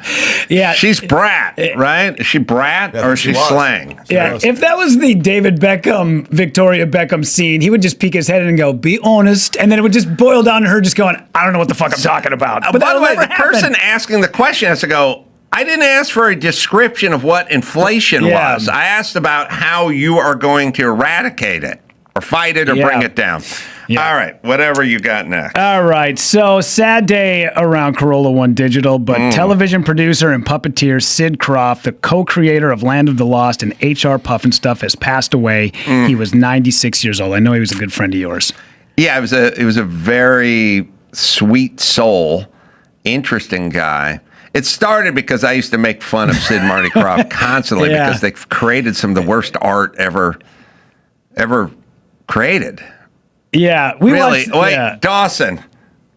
Yeah, there's a Sid and Marty Krofft section in 50 Years We'll All Be Chicks, I think, where all I do is attack them, and then Sid, who's a very gentle soul, who started off as a puppeteer, back when that was a job. And was the toast of Paris, and that like opened for Judy Garland and stuff. Like, I mean, look, he's 96, so he's working in the 50s, you know, and even before that, and so he's been there, done that. Everyone, and he's just an interesting, eclectic guy. His brother, who he doesn't like, was kind of the businessman douche who was taking all the money. These guys, at some point, we're like producing every third show on TV. My argument was Land of the Lost and HR Puffin. It was really Sigmund and the Sea Monster was probably like the worst TV. Some of the worst art ever created. Yeah. So then I would attack them, and then at some point Sid got wind of it, and Sid came in to talk about it. And we had a nice conversation. He's a very gentle soul. It didn't change my opinion on my childhood watching their creations. But But it shed a little light on the fact that he was this really creative talent. He was a creator. Like, he created all those puppets and all that world. Like, he was more of an artist than he was a comedian or comedic writer. Sure. Like, I didn't think he was like a skilled writer, but he was a great artist, the creative type. Yeah, it's weird how the scales of justice will go both ways, because you have guys who are very nice and very gentle who make garbage, and you can still look at them as being nice people. And then you have people that are absolute assholes who put out amazing music, movies, comedy, and you can still be able to separate the two. Yes. So this is a stat I wanted you to know. I don't know if you knew this or not. HR Puffin Stuff was the first live-action, life-size puppet program. It defined Saturday morning television for a generation. It debuted September 6, 1969. It ran for 17 episodes, with NBC scheduling it for reruns until 1971 due to its success, which is a weird way to put that. Reruns then ran on ABC off and on from 1971 to 1974. They syndicated this thing from 74 to 78, which means for 9 years, they reran 17 episodes, and that's all they made of an HR Puffin Stuff. Well, basically, TV back then was like somebody giving you a magazine in prison. It was like whatever magazine they had Woman's Journal, and you'd read it 9 times and beat off to it twice. Like, you had no choice. I know you want Sports Illustrated. We don't got that. Sure. We got Good Housekeeping, and you just you couldn't go anywhere. You were trapped. Yep. Those were nice words, but here's your F eulogy. Uh-oh. I was on the CBS lot last year, and we were walking to the stage where I was shooting my sitcom. Somebody said, "There's Sid and Marty Krofft's office." Then, with a certain amount of pride, one guy said, "Marty's there. Would you like me to introduce you to him?" I said, "No." He said, "Why not? The guy's a legend." I said, "A legendary hack." The guy stopped walking. He was shocked. He said, "Do you know how many shows Sid and Marty Krofft got on the air?" I said, "I know. I watched them all when I was a kid. Far Out Space Nuts, Land of the Lost, Sigmund and the Sea Monsters. Artistically vacant, derivative, hackneyed garbage. Basically a big bowl of styrofoam packing peanuts that came in a brightly colored box with a shitty prize in it." He said, "How can you say that? The guy's a pioneer. He's 85 and still at work every day." I said, "Hard at work doing what? Warming over steaming piles of cat shit like Land of the Lost so that a new generation's IQ can be collectively lowered while this imbecile hammers another check?" Then he said, "Why are you so angry at Sid and Marty Krofft?" I said, "Because idiots like you are trying to turn these guys into deities. They're rich. Isn't that enough? They came around during a time when there was no competition and monopolized Saturday mornings with shows like Sigmund and the Sea Monsters, one of the worst shows, nay, one of the worst creative endeavors ever undertaken. And now they want respect? I'll give you 2 scenarios. One is they actually thought they were artists and that the shit they were crapping out on every Saturday morning was good, which makes them delusional hacks. Or 2, as I suspect, they knew they were providing shit.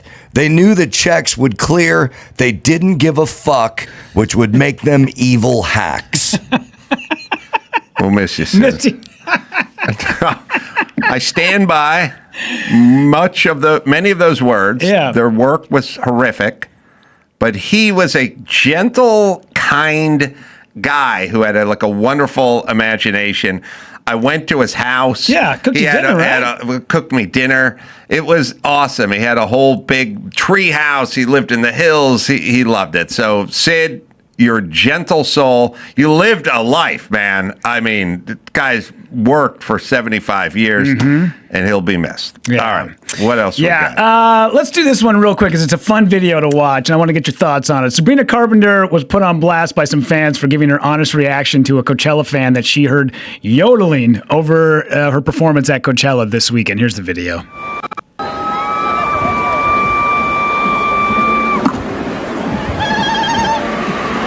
I think I heard someone yodel.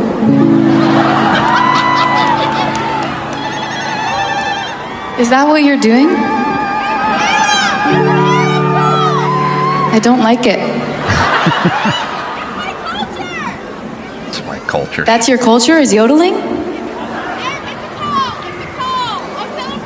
right, shut up, bitch. I don't give a fuck about your culture. Yeah, so, buy a fucking ticket and shut up and let the bitch play her keyboard. Yeah. Did you notice the stage and all this stuff that's on it, like microphones and instruments? Yeah. Well, she's being called shut up Islamophobic because this is called Zaruta. It is a form of celebration where she yells my culture. The problem is if there was like some Christian dude in the back with like a set of lederhosen on, and then that dude was out there, they'd go, "Hey, shut the fuck up and get to the back of the crowd. Stop interrupting. Don't you notice she's at it?" It's not like the crowd. There's a whole band. It's her at a piano having a nice somber moment. Can you just shut your mouth and not be an asshole? Yes, and also no one gives a fuck about your culture. Shut up. Yeah. Listen, I am so this between Islam and the LGBT or the trans, I've got an impacted ass full of all you. I don't shut the fuck up. I don't need to think about you every 10 minutes. And if you want to be offended, go back to your shithole country and be offended there where you'll be beheaded. Yeah. Thank you very much. Carolla out. All right. This weekend.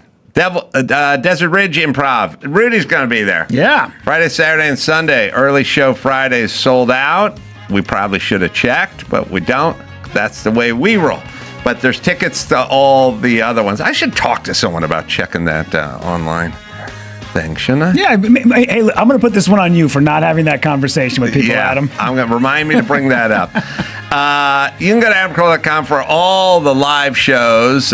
John Crist, you can go John Crist Comedy. Rudy, what's your website? Yeah, rudypavichcomedy.com. So, till next time, it's Adam Carolla for Rudy Pavich and John Crist saying mahalo. Thanks for tuning into the Adam Carolla Show. You can watch the full show on YouTube. Just search Adam Carolla Show and hit subscribe so you never miss an episode. You can also get the podcast wherever you like to listen. And for extra content, ad-free episodes, and more, you can head over to our Substack and sign up today. Yeah, get it on. Got to get on it. Just to get on, Mandy.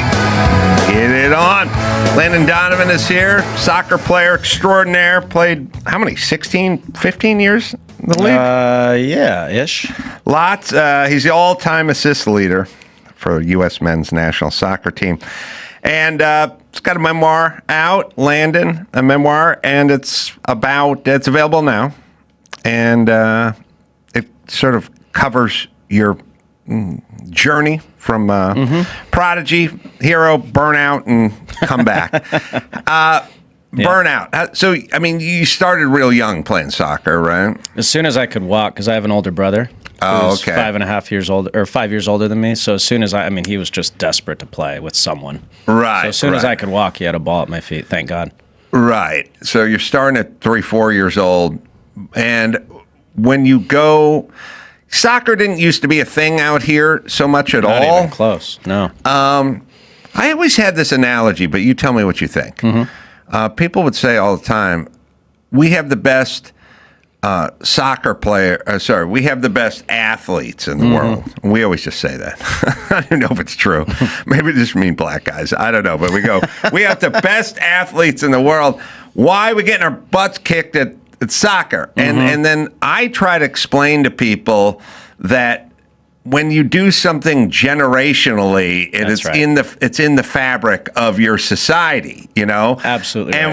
And I always would say to people that go, these guys coming in here from God knows where, they can barely drive. What you get behind these guys? I go, I know, because their parents didn't own cars. Like they're first new to this. It takes a while. That's right. To get into it, right? Yeah, I mean, if you compare it to other sports in our country, I mean, football, I don't know how long the NFL's been around, 50s, 60s, whatever. Basketball, probably similar. Baseball, 100+ years. Right. And soccer, really, for the last maybe 20, 25 years. So it just takes time. And if you look at other parts of the world, it's everything, because it's all they've had, and it's been around for a century plus. It is a religion. Yeah, and it's kind of crazy, and it's also sometimes a little scary, but it kind of reminds me like when Manny Pacquiao would fight, and the Philippines would like close down, you know? You know why, Adam? It's like I analogize it to college football, kind of like the intensity and the passion of the fans, but with national pride on top of it. Yes. So like the Pacquiao example is great because everybody in the Philippines is like pulling for him. Yes. And so when Oklahoma is playing Nebraska, it's still Oklahoma and Nebraska, and they're close enough, and they're all in the United States. But if Ricky Hatton is fighting, then he represents the Irish or whatever. You're representing countries, and the same with, obviously, with football. That's right. Version of that. Right. Yeah, like in Rocky. Exactly. When soccer's just like Rocky. So it seems like a safer sport. I'm trying to think. If you rank the sports, like you go, like football's dangerous, and lots of injuries, lots of knee injuries, concussions, and stuff like that. Achilles, yeah. Baseball, much safer. Basketball, there's knees and Achilles and stuff like that. What do you think? Soccer on the safer side, but not baseball safe. Soccer, you get a lot of muscle injuries because when you're running that long and you're cutting and exploding and all that, but you don't get as many, knock on wood, as many crazy injuries. Rugby is also pretty brutal. Yeah, but that's more contact stuff. So you start playing young. Yep. I would imagine being quick would be about the best attribute to have. Certainly now in the modern game, yeah. And sort of quick feet, it's kind of God-given. It's you can work on it a little bit, but it's not. I would say it's like you have an athletic ability. I have two boys and a girl. One boy athletically, just physically and how he moves is elite, right? In that way. The other boy physically very small, not athletically explosive, but like can control the ball and manipulate the ball way better than the other boy. And so I see different types of athleticism, as you call it, but I think you're born with some of that ability you're born. I don't know why my younger son is better technically with the ball and my older son can barely trap it, but he can run like crazy, right? So they have just different gifts. Yeah, I mean, I think, in football, there's a Nigerian guy named Christian Okoye, and I remember him. He was a track guy, and he's from Nigeria. But at some point, somebody looked at him and went, "Just hold this football and go that way." Exactly. And he took all his gifts and abilities. And I would say that the technique guys and the skill guys, eventually, the flat-out speed guys will learn the technique and the skill to some extent. Yeah, right. And they can still be effective. Right? Yeah. In soccer, you don't have to be the best technically, but if you can impact the game just by running and being physical, then you're going to impact the game. I mean, how much of it is just will, like not dogging it? Because, I mean... That's every sport, though, right? Yeah, I mean, sort of, but not really. Like, you take baseball. You go, okay, I played baseball. It was fun. And, you try your hardest when you get up to the plate, but then you're back at the dugout or whatever. It's like a lot of downtime. Yeah, that's why there's so much eating in baseball. They're saying, like, you watch football, you go to the sideline, the guys are breathing into oxygen masks, and they're showing them schematics on a tablet. In baseball, they're making a weird rally hat by turning their hat inside out and making a pyramid from sunflower seeds. It's like, maybe there's too much downtime. It's more of like it is a sport, but it's more of a skill, right? To hit a baseball is like, that's an elite skill. Yes. Right. Yes. And when the ball's in the air, everyone's hustling. Sure. Like I get it. But in football, there is some hustle. Like there is a part where you rush the quarterback and the quarterback scrambles to the other side of the field and you chase him all the way down the field and tackle him. That's right. And that's, but that's for 7 seconds. That's a very short burst. Yeah, in soccer, you could just sort of will people, right? Yeah, and it's the one thing you can really control in soccer is like how fit you are. Right. Right, which is when it always blew my mind when people didn't do that part of the job and just make sure you are as fit as you can be. It was like, well, why? Why wouldn't you get that part right? That's the easy part, right? You can control that. A lot of stuff you can't control. Well, the thing about life and society is the stuff you can control does affect you the most, but it's also the part we do the least.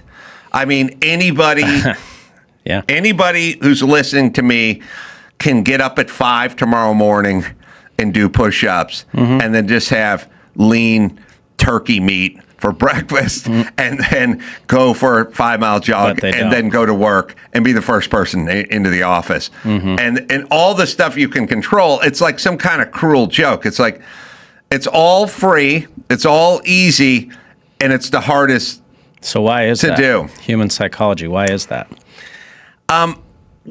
So we don't like discomfort, I mean, that is so true. That is so ingrained in us, and I think it was, shelter and food and being killed, and like a lot of. You think it's innate, like biologically?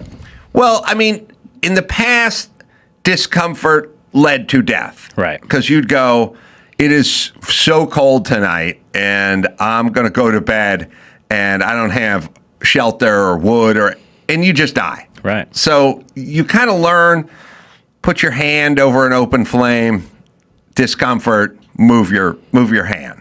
So that's sort of in us, like avoid discomfort. You're right. And now, and that discomfort, really, if you think about modern living, and I've been through it. Like I'm not anything like you, a professional athlete or anything, but I've been through the two-a-days football in the San Fernando Valley and the run and wind sprints and all the stuff to get you to throw up kind of stuff. So I get it. If you really think about it, the only modern pain and discomfort we feel now is exercise that we foist upon ourselves. I mean, you get in your car, you travel around, you sit down, you sit in air conditioning, you have a nice sofa, you have a big TV set, you got a fridge full of food, and then at some point you have to impose discomfort on yourself. And that's hard to get people to do. I think humans are by nature lazy, right? I mean, when you and lack self-control. Yeah, well, what we want to do is the least amount. Right. I see it like when we would do fitness, right? You literally run around the field. Right. And if the coaches don't say anything, everybody to a human will cut each corner a little bit. Yeah. Right? It's just like it. I flew in this morning from Atlanta.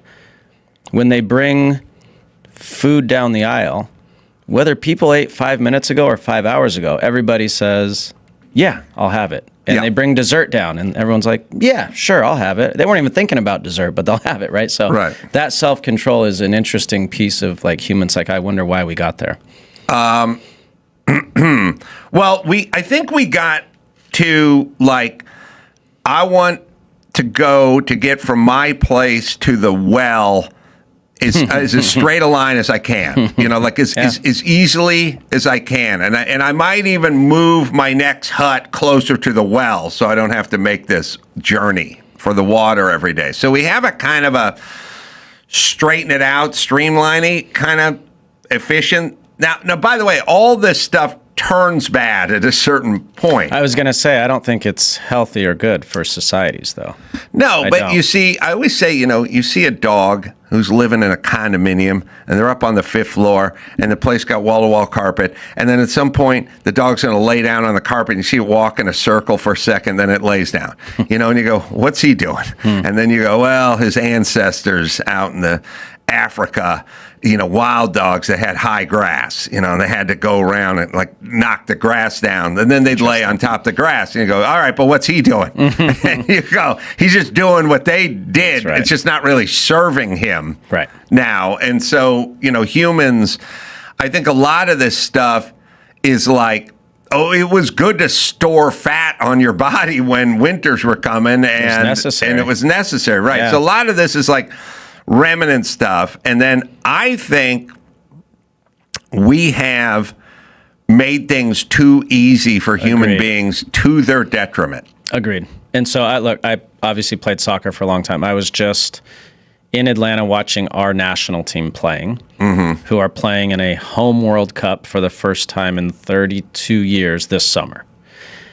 And it must be a generational thing too, that it's gotten too easy. And when you watch, I'm just speaking soccer now, but I think it's across all sports.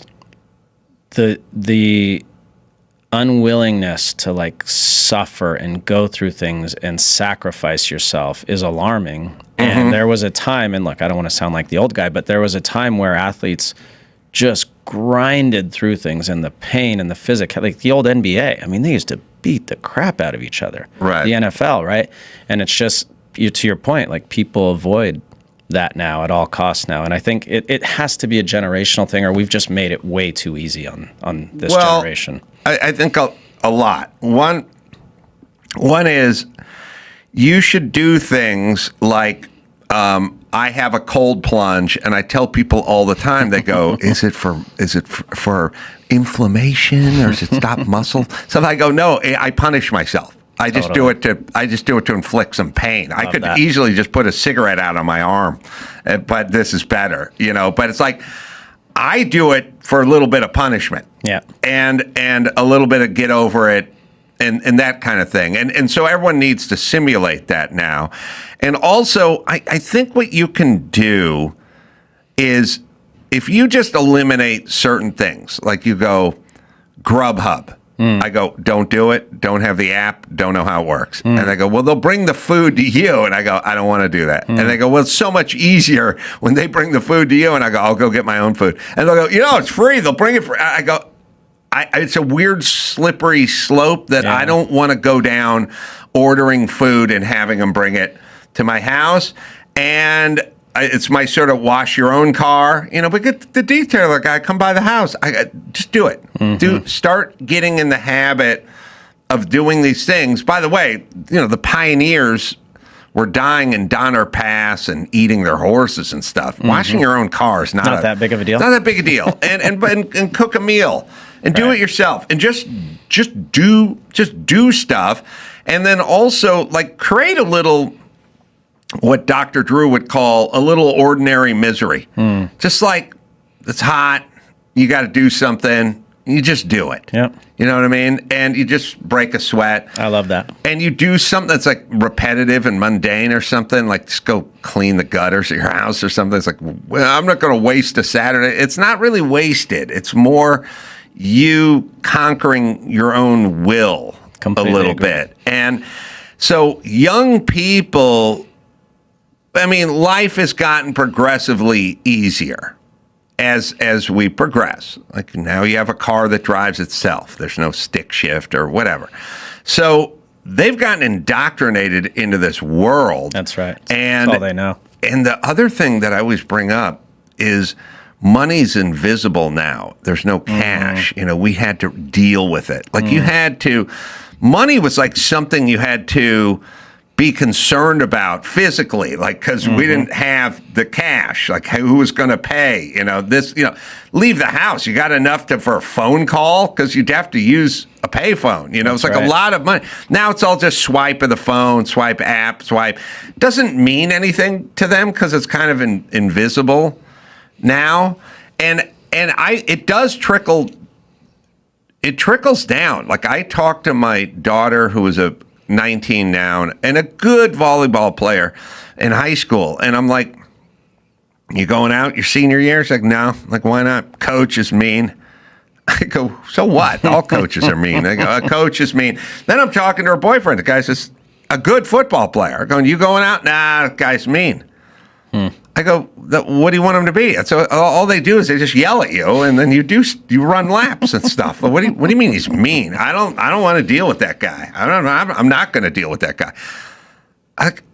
Coaches are they're like drill sergeants. Like they're there to tell you what you're doing wrong, not to praise you, and it's tough. So what are you talking about? Aren't you glad their coaches are like that? I like it. I wish they were meaner. I know. I laugh every time I go, he singled out one guy and started yelling at him and calling him soft. I go, good. I know.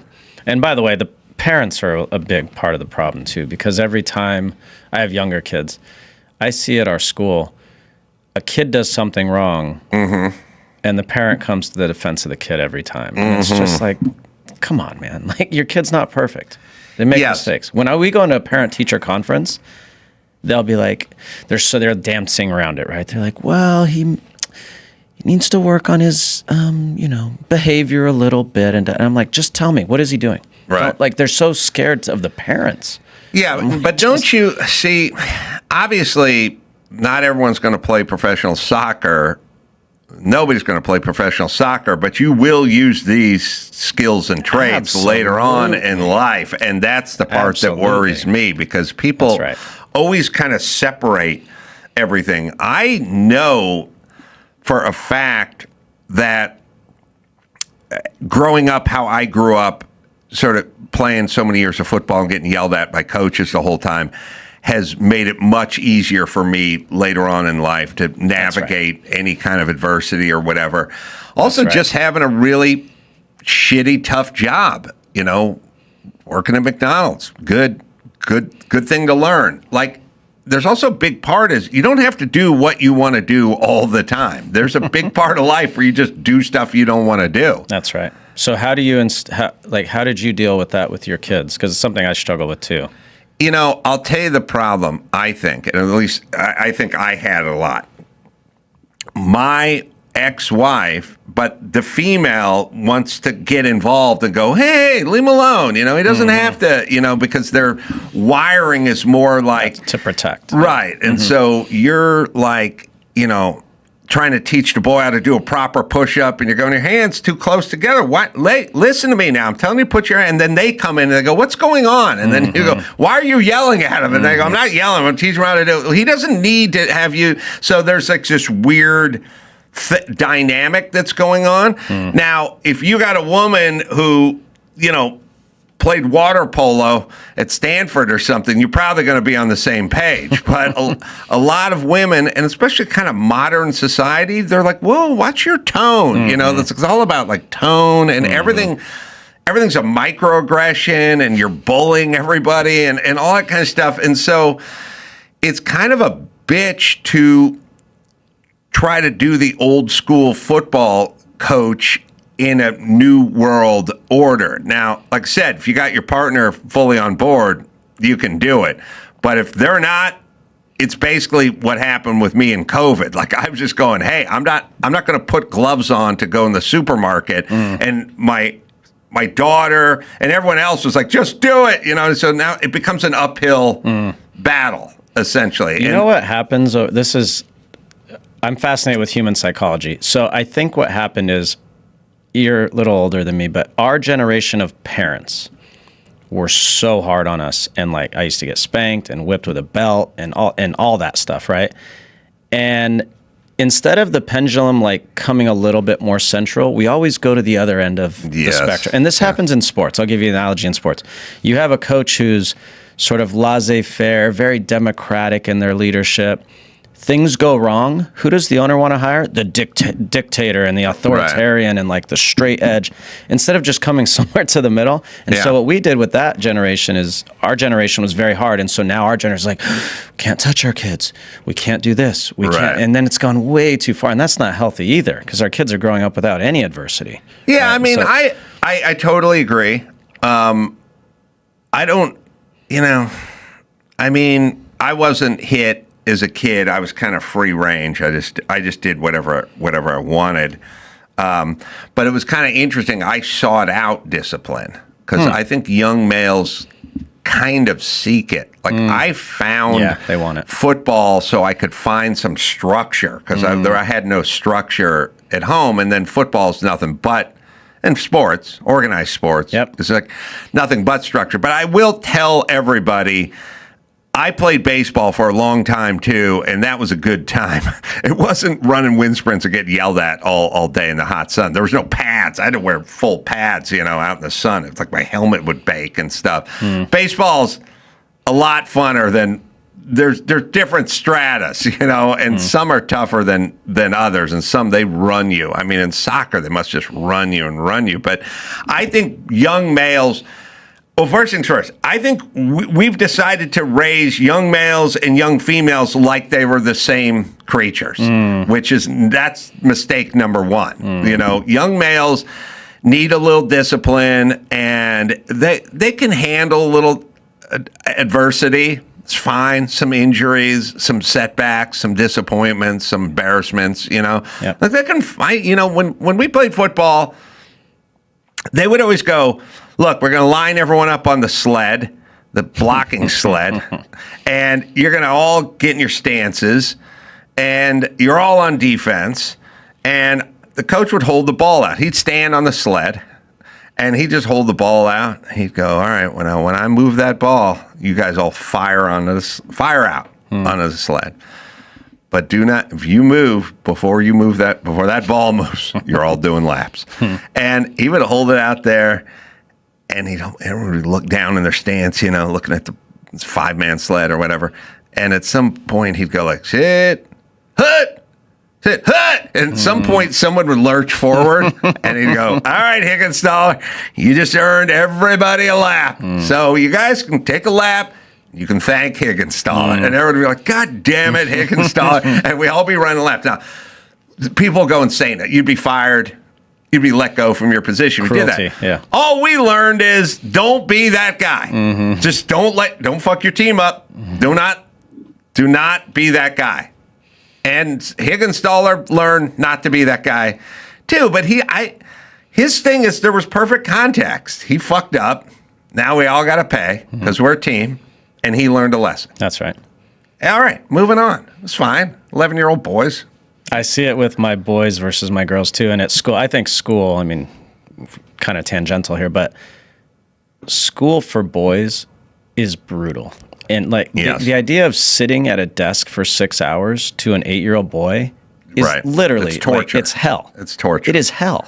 And I see them get home and they are so wired with energy. And I just think to myself, what are we doing to these guys? What are we doing? I'll tell you I'll tell you what's happening because I've been around to experience what was happening, which was we decided at some point, and I tell Dr. Drew, who was in this camp many years ago, he used to say this stuff 25, 28, 30 years ago on Loveline. We decided that the feminine direction for society was a more civil and nicer, congenial society. So we go, who do we got? Well, on one side, we got men.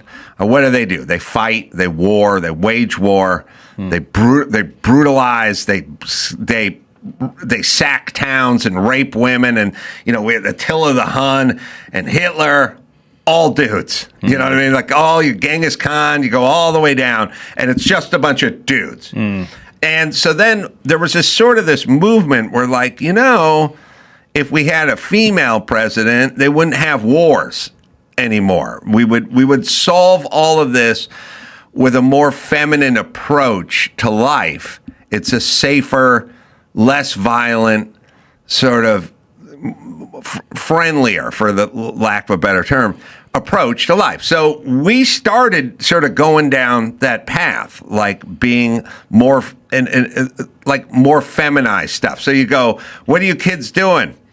You get that Gillette commercial, Andrew. I'm looking at you. It's insane. You got 2 7 boys wrestling outside, and it's labeled toxic masculinity. There's no toxic femininity. There's just toxic masculinity. So then there's all this sort of macho man, toxic masculinity stuff. So we went, all right, well, let's tack away from that.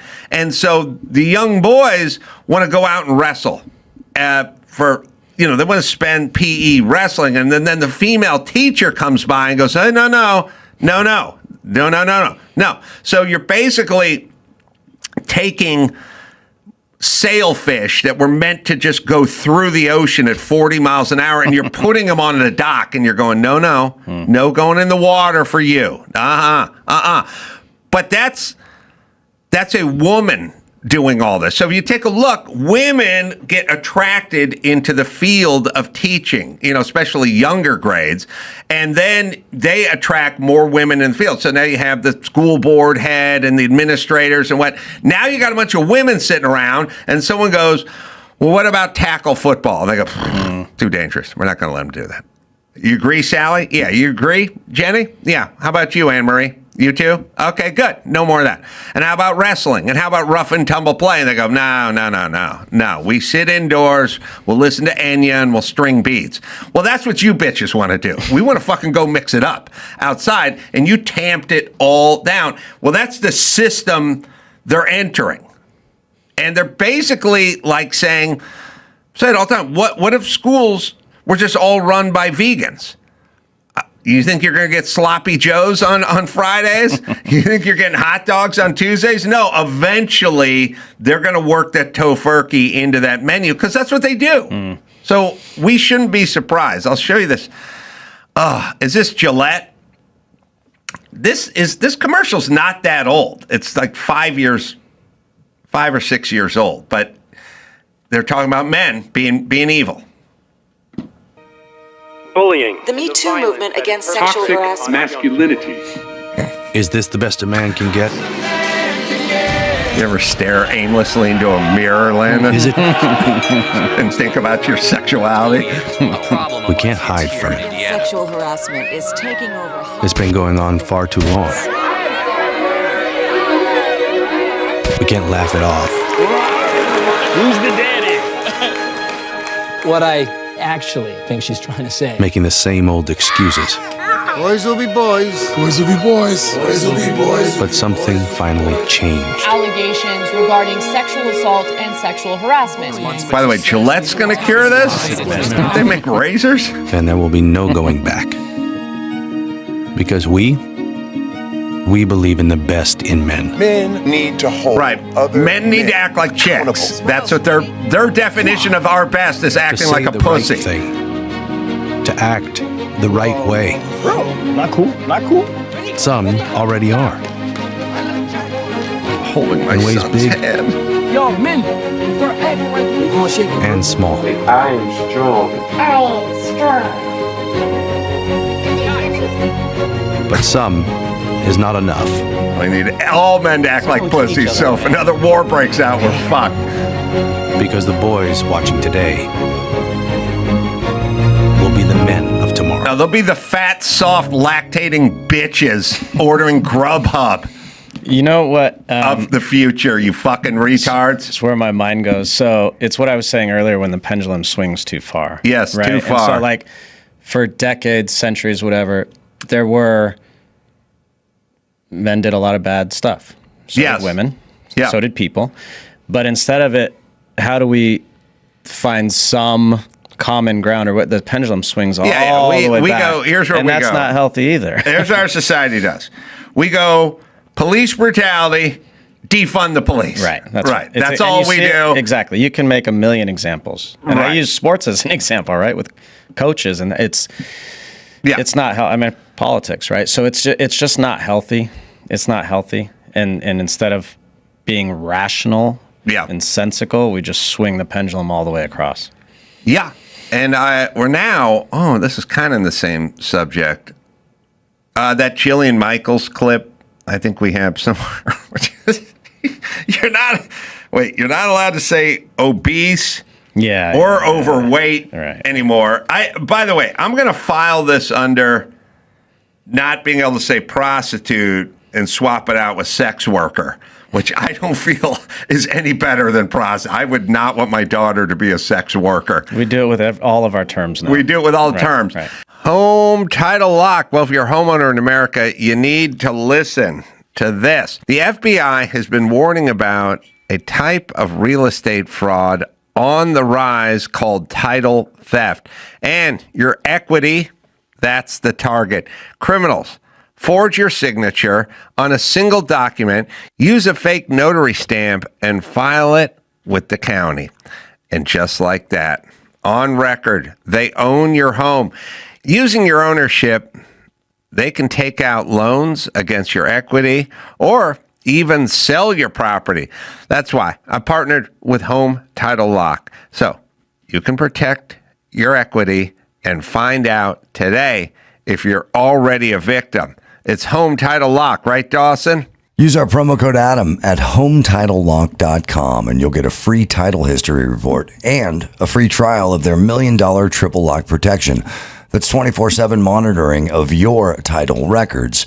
urgent alerts to any changes, and if fraud occurs, their U.S.-based restoration team will spend up to $1 million to fix it. Don't be a victim. Protect your equity today. That's HomeTitleLock.com, promo code Adam, or use the link below. O'Reilly Auto Parts. What business are they in? They're in the business of keeping your car on the road. I don't have too many car issues, but when I do, I always go with O'Reilly. Lots of parts. I give them for my projects, cars, race cars I'm working on. They've got thousands of parts in stock, either in store or online, so you never have to worry. If you're in a jam, they're going to be there for you. They can test your battery, and they'll do it for free. And if it needs to be replaced, they'll help you find the right one, because there's different sizes for different cars. So whether you're a car aficionado or an auto novice, you'll see the employees at O'Reilly Auto Parts are helpful and friendly. O'Reilly is your one-stop shop for all things auto do-it-yourself. Am I right, Dawson? Stop by O'Reilly Auto Parts today or visit us at O'ReillyAuto.com/Adam. That's O'ReillyAuto.com/Adam. The thing that's funny to me is when the alternative suggestion is worse than the original one. So, like, I get certain things where you go, don't say Polak, say Polish person. You go, okay, well, that sounds better than Polak. Okay, fine. But sex worker doesn't sound better than prostitute, and little man doesn't sound better than dwarf. So this one's like fat body adjacent or something. I don't know. Let's listen to Jillian talking to this woman. This one cracks me up. I'm going to do my best to not use the O word because I find it pretty offensive. So I'm going to use fat-bodied as we talk. Do you understand why people find it harmful and triggering? Overweight and obese is literally just having too much body fat. It has nothing to do with the quality of the person. Yeah, I agree with you on that. Are we going to debate the claim? Yeah, I just wanted to. I wanted to clarify though the language. Are we going to pretend like I'm a 3 and you're my mommy, telling me how to talk? Wow. Okay. Okay. So the claim that you're saying is that it is inherently unhealthy to live in a fat body. Where are you getting that information from? Oh, okay. There are dozens of MRT trials that show having excess body fat is causal, not correlated. No, that's not true. There is no. All right, we're basically men are women, women are men, fat people are healthy. Did you watch? Rest his soul. George Carlin used to talk a lot about the changing of words. You know, it's not a stewardess; it's a flight attendant. Right. And it's an interesting thing because, and by the way, I would much rather be overweight than fat-bodied, but that's just me. It's interesting the verbiage and the sort of attack and the corrections. It's been around, and it's interesting because it's real subtle, but it's sort of an attempt to take over the conversation. Right. And it's been around. And I would always tell people all the time when I would do Loveline back in the day, I would say, one time I said to someone, are you, this guy's like, said he was seeing impaired, you know, and I said, are you blind? And he said, we don't use blind. We say seeing impaired. And I said, well, there's a version of seeing impaired where you can drive a car just during the day, but you can't drive at night. Well, seeing impaired. I go, but that doesn't mean anything to me. When what happened to blind? The other one we used to have where you can't do anymore either is we used to have all the different stratas. We had cross-dresser, and then there was transvestite, and then there was pre-op, tranny, and there was post-op, and you knew where everyone was. It wasn't one big title where you didn't know, like you go, well, she wants to use the bathroom. And I was like, well, does she have a cock and balls, or is she not? Because listen, if you had your surgery, go use the bathroom. You know, you checked your weapon at the door. Now, the other one, they would do too, this may be unpopular, but I'd go, oh, so you're a victim of rape? And they go, rape survivor. And I'd go, Why do we have to change everything? It all means the same thing. Psychologically, what do you think that is? Like, why? By the way, I was watching a comedian. I forget his name. Now I'm like hesitant to say he's obese.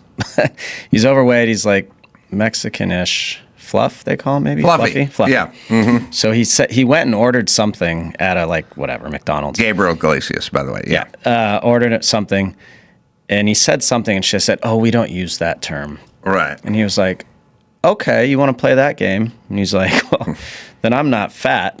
I'm unexercised." Right? And he's just making a joke. And so I don't know why psychologically why do you think that is? Like, what would Dr. Drew say? I think we do it. People do it to control the conversation. But why do they want to control the conversation? I don't.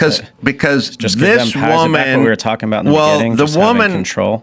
Yeah, the woman who's arguing or going to debate Jillian Michaels has a shit argument. Her argument is full of holes and it's worthless and it won't hold up at all. Her argument is being fat is as healthy as being thin. So she's got a shit argument. And that's up there with males can be women and women can be men and all that. When you have a really shit argument, then you have to control the conversation within the debate. And a good way, so if you want to get somebody, and it can be little, if you are going to debate something with somebody, and let's just say you're debating someone and you're going to debate that Italian soccer is better than German soccer or something like that. And I go, all right, well, I'll say why Italian soccer is better. And then I go, so listen, first off, the Italians have been dominant in the World Cups for more than 50 years, London. And then you go, it's Landon. And then I go, oh, sorry. Yeah. So now you kind of get you get people back on their heels when you're correct. Just tell them how to pronounce it. So what this woman does is she goes, I have to argue with a nutritionist who's an expert, and I have to try to sell her this argument. Basically, the argument I'm trying to sell is it's colder in July than it is in December, which is a retarded argument. So I'm going to start off by saying, here are words you can't say or I'm not going to say, and I'm going to flip things up. And then we can argue about that. So instead of the actual. Yeah, it's kind of the word salad group they get in. It's kind of the ones, first off, they make sweeping statements like nobody's illegal and everyone needs to be treated with dignity and respect, and you can't go, fuck that shit. You got to go, okay, yeah, okay. So every child deserves to have, and you go, and it's just a sort of way to win or at least compete. Is it ego then? Is it like what there is an ego in that everybody, here's what I would tell you. Everybody used to say the Cannes Film Festival. And then at some point the elites would go, it's Cannes. And then everyone went, oh, okay. And they started saying the Cannes Film Festival, and then the elites went, it's Cannes. And all they're doing is going, I'm smarter than you because I am telling you how to pronounce everything. So it makes you and feel what everything's. Better. Yeah. It's a way to sort of win, or sorry. It's not a way to win a debate. It's a way to tie a debate you should lose. So that's what this woman is. I'm going to start off by telling the nutrition expert why she can't talk this way and why I'm not going to talk that way, which, again, doesn't really have anything to do with the debate. And you'll see a lot of that. And then there's kind of a sexist, racist version of it where, like, when you hear... So you got another clip. Sorry, Dawson. Remember that clip where Robert Kennedy Jr. went in front of Congress and they were grilling him, like they're trying to beat him on vaccine stuff.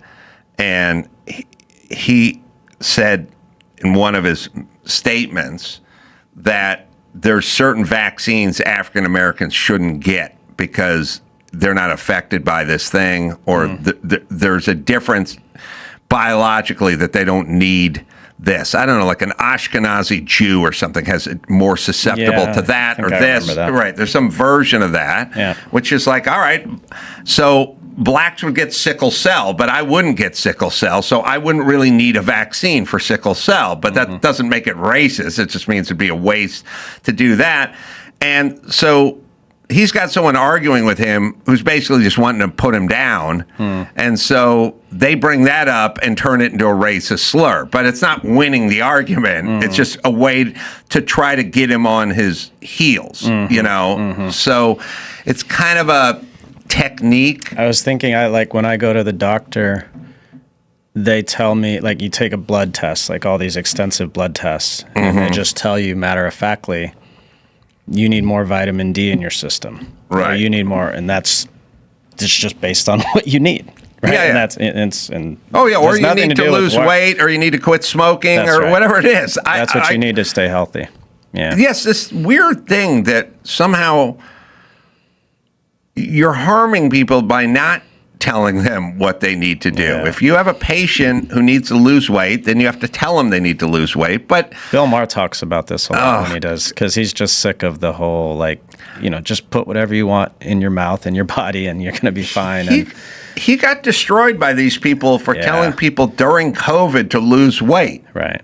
That was almost that being outside sunlight is basically the best. Now all the data says it. At the time, he was go to the beach. He was killed for it. Yeah. So here it is.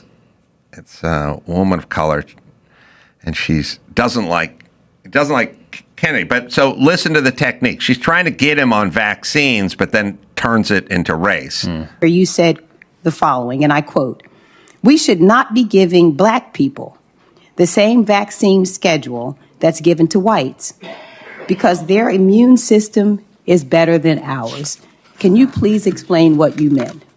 There's a series of studies, I think most of them by Poland, that show that to particular antigens that blacks have a much stronger reaction. There's differences in reaction to different products by different races. So I have 17 seconds left. Let me just ask you then. So what different vaccine schedule would you say I should have received? What different vaccine schedule should I have received? I mean, the Pollen article suggests that blacks need fewer antigens than... This is so dangerous. So you get the same measles vaccine. Mr. Kennedy, with all due respect, that is so dangerous.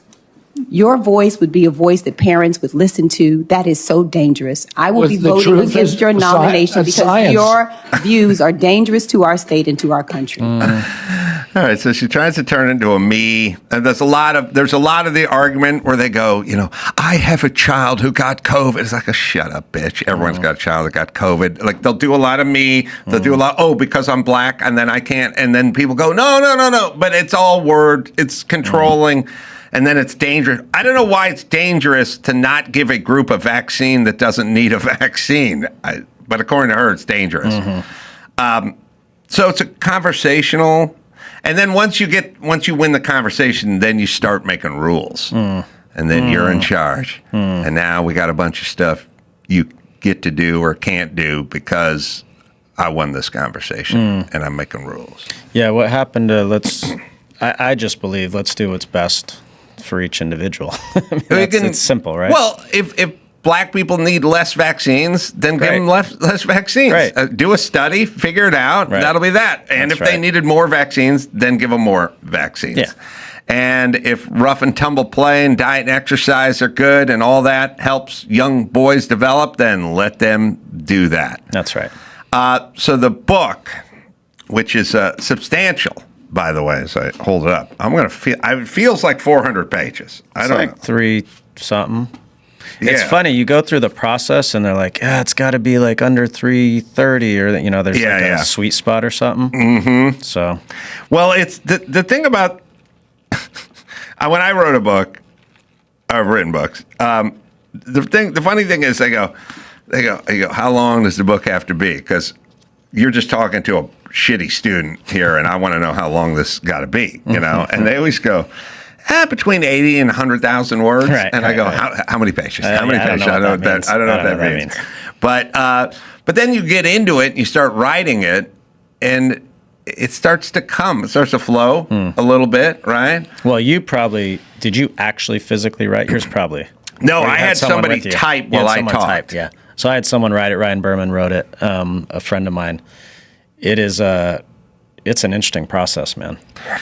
I would argue it is a great gift to write a memoir because you would never do it on your own. Correct. Somebody has to come to you and go, here's some money, do this. And I think people go, oh, wait a minute, I'm an artist, I can't be bought. Like, no, people want to get paid, they need money.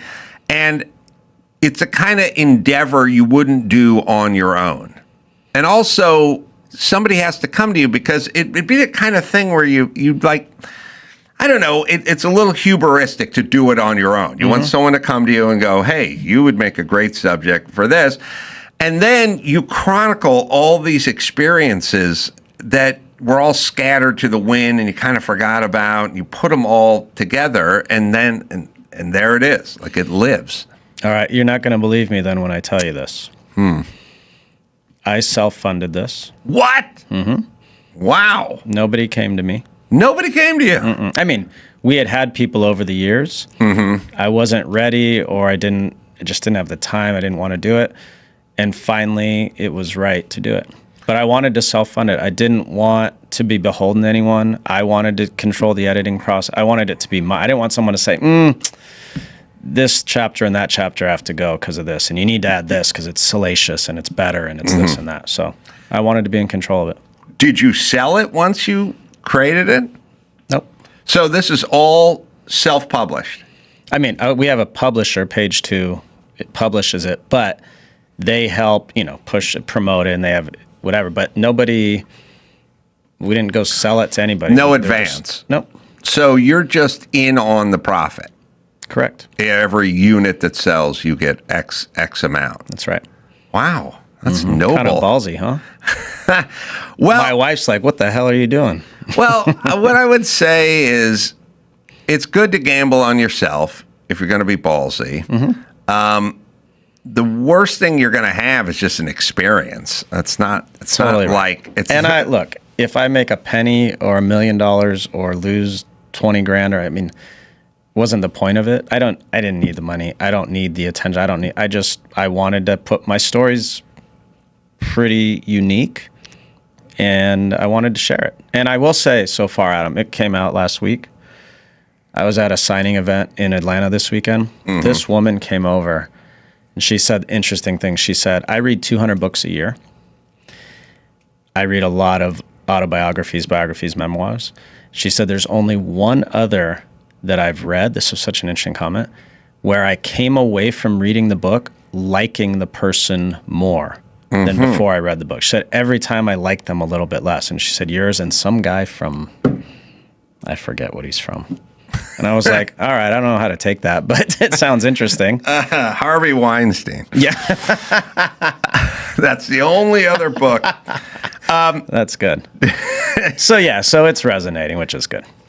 Yeah. Listen, I am all about the experience. If you want to try anything in show business, it's going to be lots and lots of stuff and nothing comes out the other end. Yeah, that's right. I mean, the amount of auditions someone goes on, the amount of meetings and discussions and spec scripts and everything. Wasn't comedy like that too? I mean, the amount of jokes you try and all the things that Comedy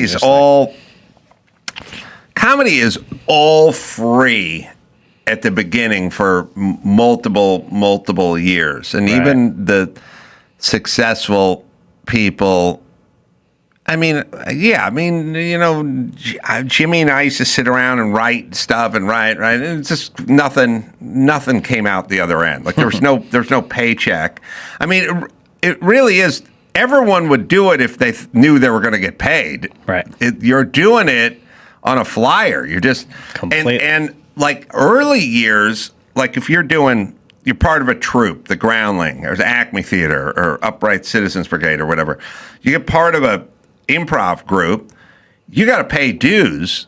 Like, Oh, you're actually paying. You physically pay them to be in the group. That's wild. And then you spend weekends and weeknights sitting around and writing sketches that you never get paid for. Wow. Like, it's all free. You get used to working for free. Wow. And even later when you have success, if you go back and look at the totality of a career, I've done at least 50% of it free.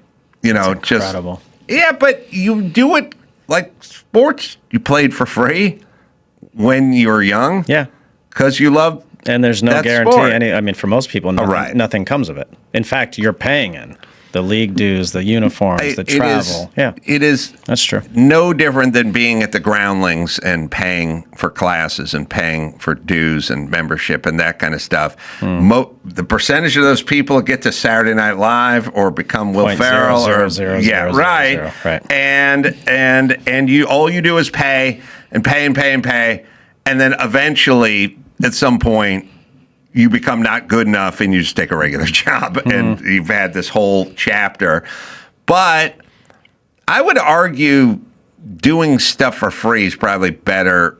It's a pure form of interest, because agreed. If I say to somebody, hey, come over and whack all these weeds in my backyard, they go, how much? I go, free. I go, fuck you, right? Because no one has an interest in it. But if someone said, I'll come over there and I'll whack those things for free, I'd go, well, this person has an interest in this. We can bribe anyone into doing just about anything. I mean, you think about it. It's kind of sad, but it's true.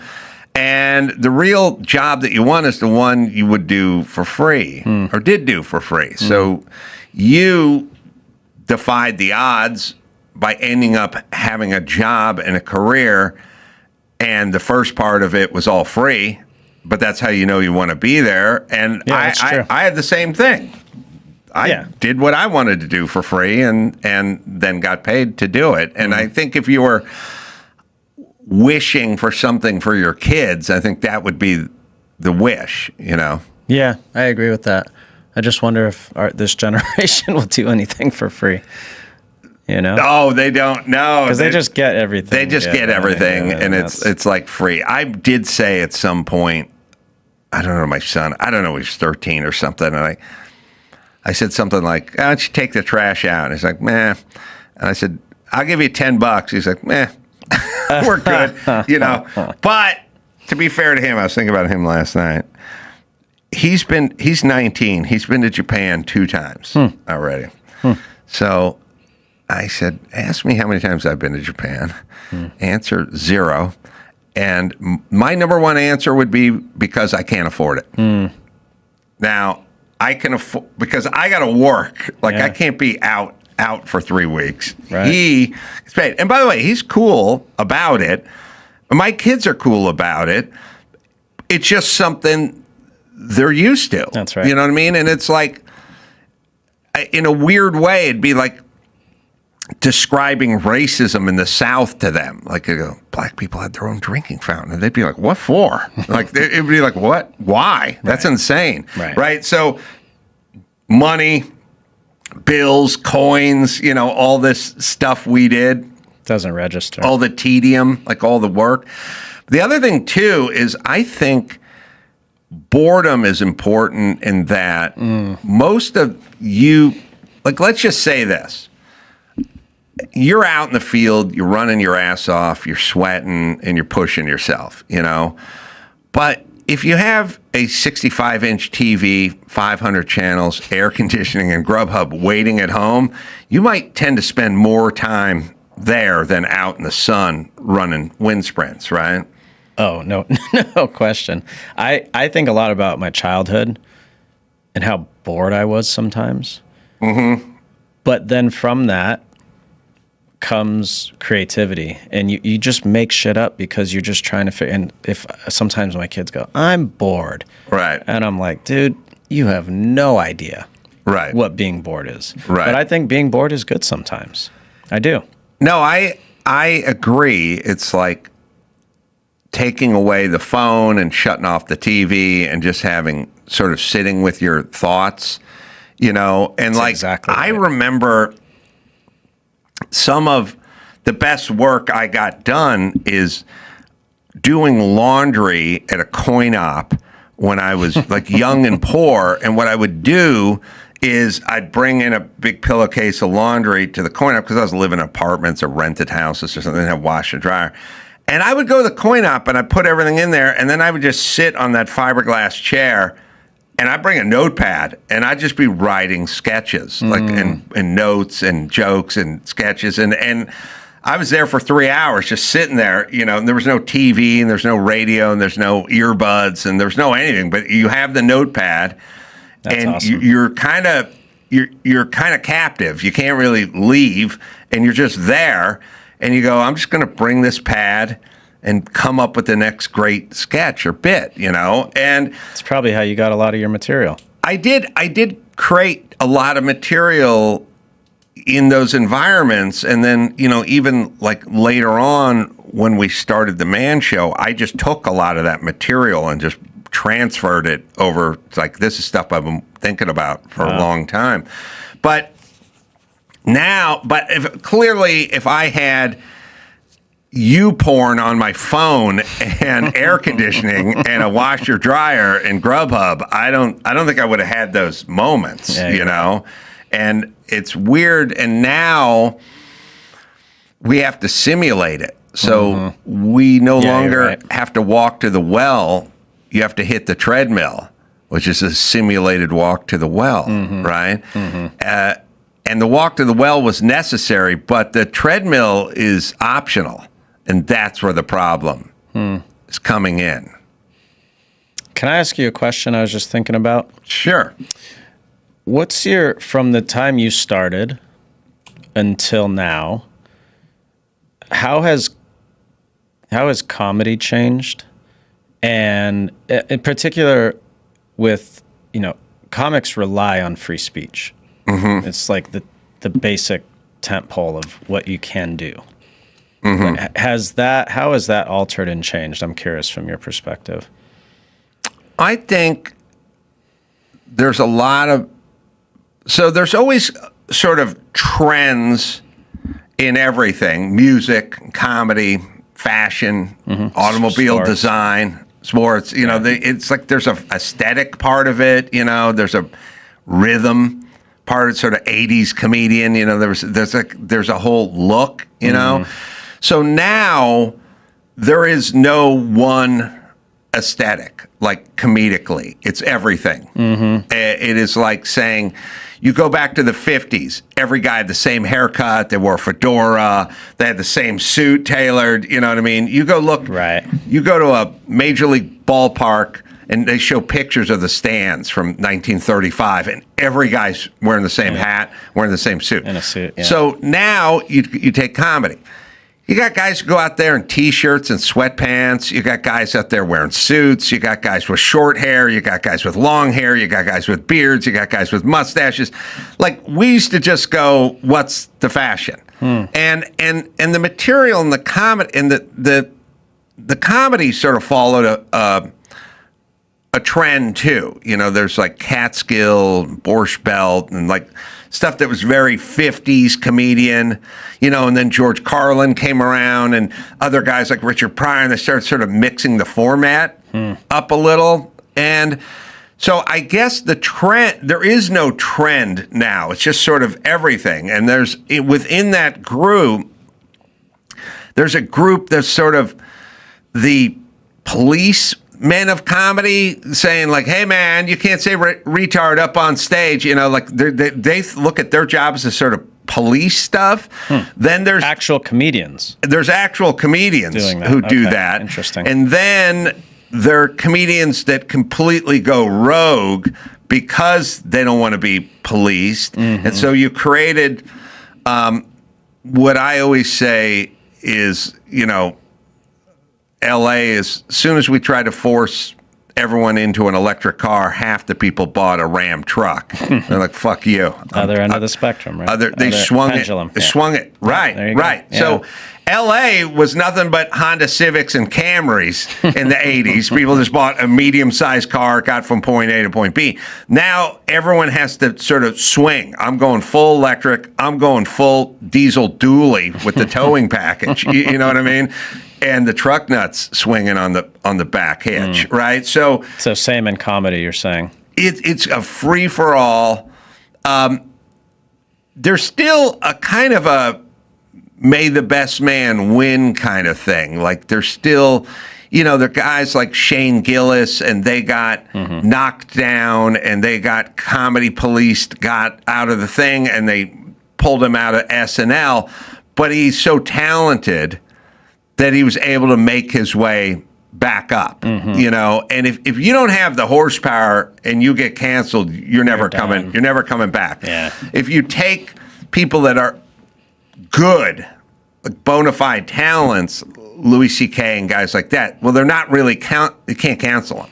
Ricky Gervais. Yeah, they go out. It's like a really great musician. Like, kick him out of the band, throw him off the tour. He's going to find his way back on stage, and he's going to sell records. So the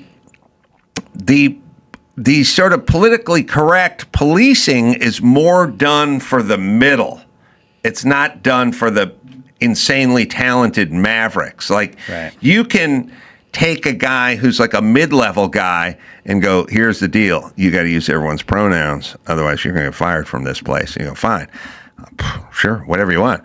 I got young kids, man. Yeah. You tell that to Elon Musk, and he goes, "Fuck you," because he can do it. Right. You know what I mean? So it's a kind of in a weird way, it's now become a sort of meritocracy where everyone's got a voice, everyone's got a channel, everyone's got a microphone, and we're just going to let the best man or woman win. But there are people who always want to police it, and I've always said, I got into it to say what I wanted to say. Were you always like that, or have you gotten more firm and I'm going to say what I want to say? I would say I get more firm in that the more people try to tell you not to say what you want to say, but I've always said the same thing, which is essentially this.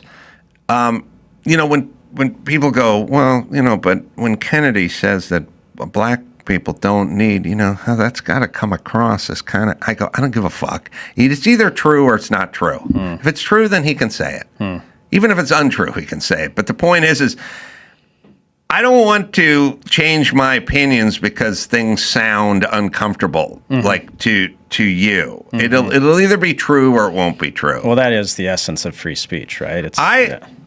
I agree, and by the way, I no longer trust anyone who wants to police it because I'm worried about your motives. I worry a little about your motives. I think there's ulterior motives here that run deeper than just offending some folk and whatever. But also, who put you in charge? Who decided that you got to figure out what was okay for people to hear or say? Right. So, but the best way to combat it is just for everyone to say what they want. Right, and then you decide what you want to agree with, not agree with, like, not like, and right. Yeah, and in this thing of like, well, yeah, but you say this, and then you get people to do that. Here's a little thought experiment. They go, Trump, this guy's got legions of dopey followers, and they'll do whatever he tells them to do. If he tells them to jump off a bridge, he'll jump off a bridge. That's why it's dangerous when he lies. Oh, you same people said he said to inject bleach to kill COVID. That's what you guys said. You said Trump said to inject bleach. How many people injected bleach? So I don't think your experiment's going to work. Or he didn't say that. But either way, people sort it out. They may love Trump, but they're not injecting bleach. All right, the book, everyone, a memoir.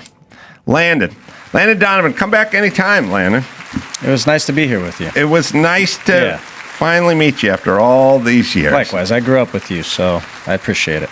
We'll take a quick break. We'll bring Rudy in for a little free speech right after this. Simply Safe. Traditional home security has expensive monthly fees, multi-year contracts, and confusing hardware. That's why I use Simply Safe instead. You can customize a system on their website and have it at your house in days. It's not just cameras, but an entire ecosystem of sensors. No lock-ins, no hidden cancellation fees. Simply Safe earns your business by keeping you safe, not trapping you in a contract. And they were named America's best customer service by Newsweek. These guys have been sponsors for a million years. They always innovate, and they're great. They are Simply Safe, right, Dawson? We want you to experience the same peace of mind we do, which is why we've partnered with Simply Safe to offer an exclusive discount to our listeners. Right now, you can get 50% off your new system by visiting simplysafe.com/Adam. That's half off at simplysafe.com/Adam. There's no safe like Simply Safe. Pluto TV has thousands of free movies and TV shows. We're coming at you with everything we got! This is the mindset. Free. This is the mantra. Free. This is the mindset. With movies like Pineapple Express, the entire Star Trek film franchise, and Gladiator, and TV shows like Survivor, SpongeBob SquarePants, The Fairly Odd Parents, and Ghosts, Pluto TV is always free. Huzzah! Pluto TV. Stream now, pay never. Welcome back to the Adam Carolla Show. Here are a few upcoming lectures at Yale University that you certainly want to miss. Worrying about inequality when there's so much poverty in the world. Our moral and legal obligations to displaced people. And reversing extinction, why climate justice needs animal rights. Make sure you miss these important lectures at Yale University. Let's get back to the Adam Carolla Show. So this is my point. My point is I don't want to go to any of those lectures, so I would not go. Mm-hmm. But when Ben Shapiro shows up, you guys have to chain yourself to a dumpster and then start spray painting stuff and then storm the auditorium.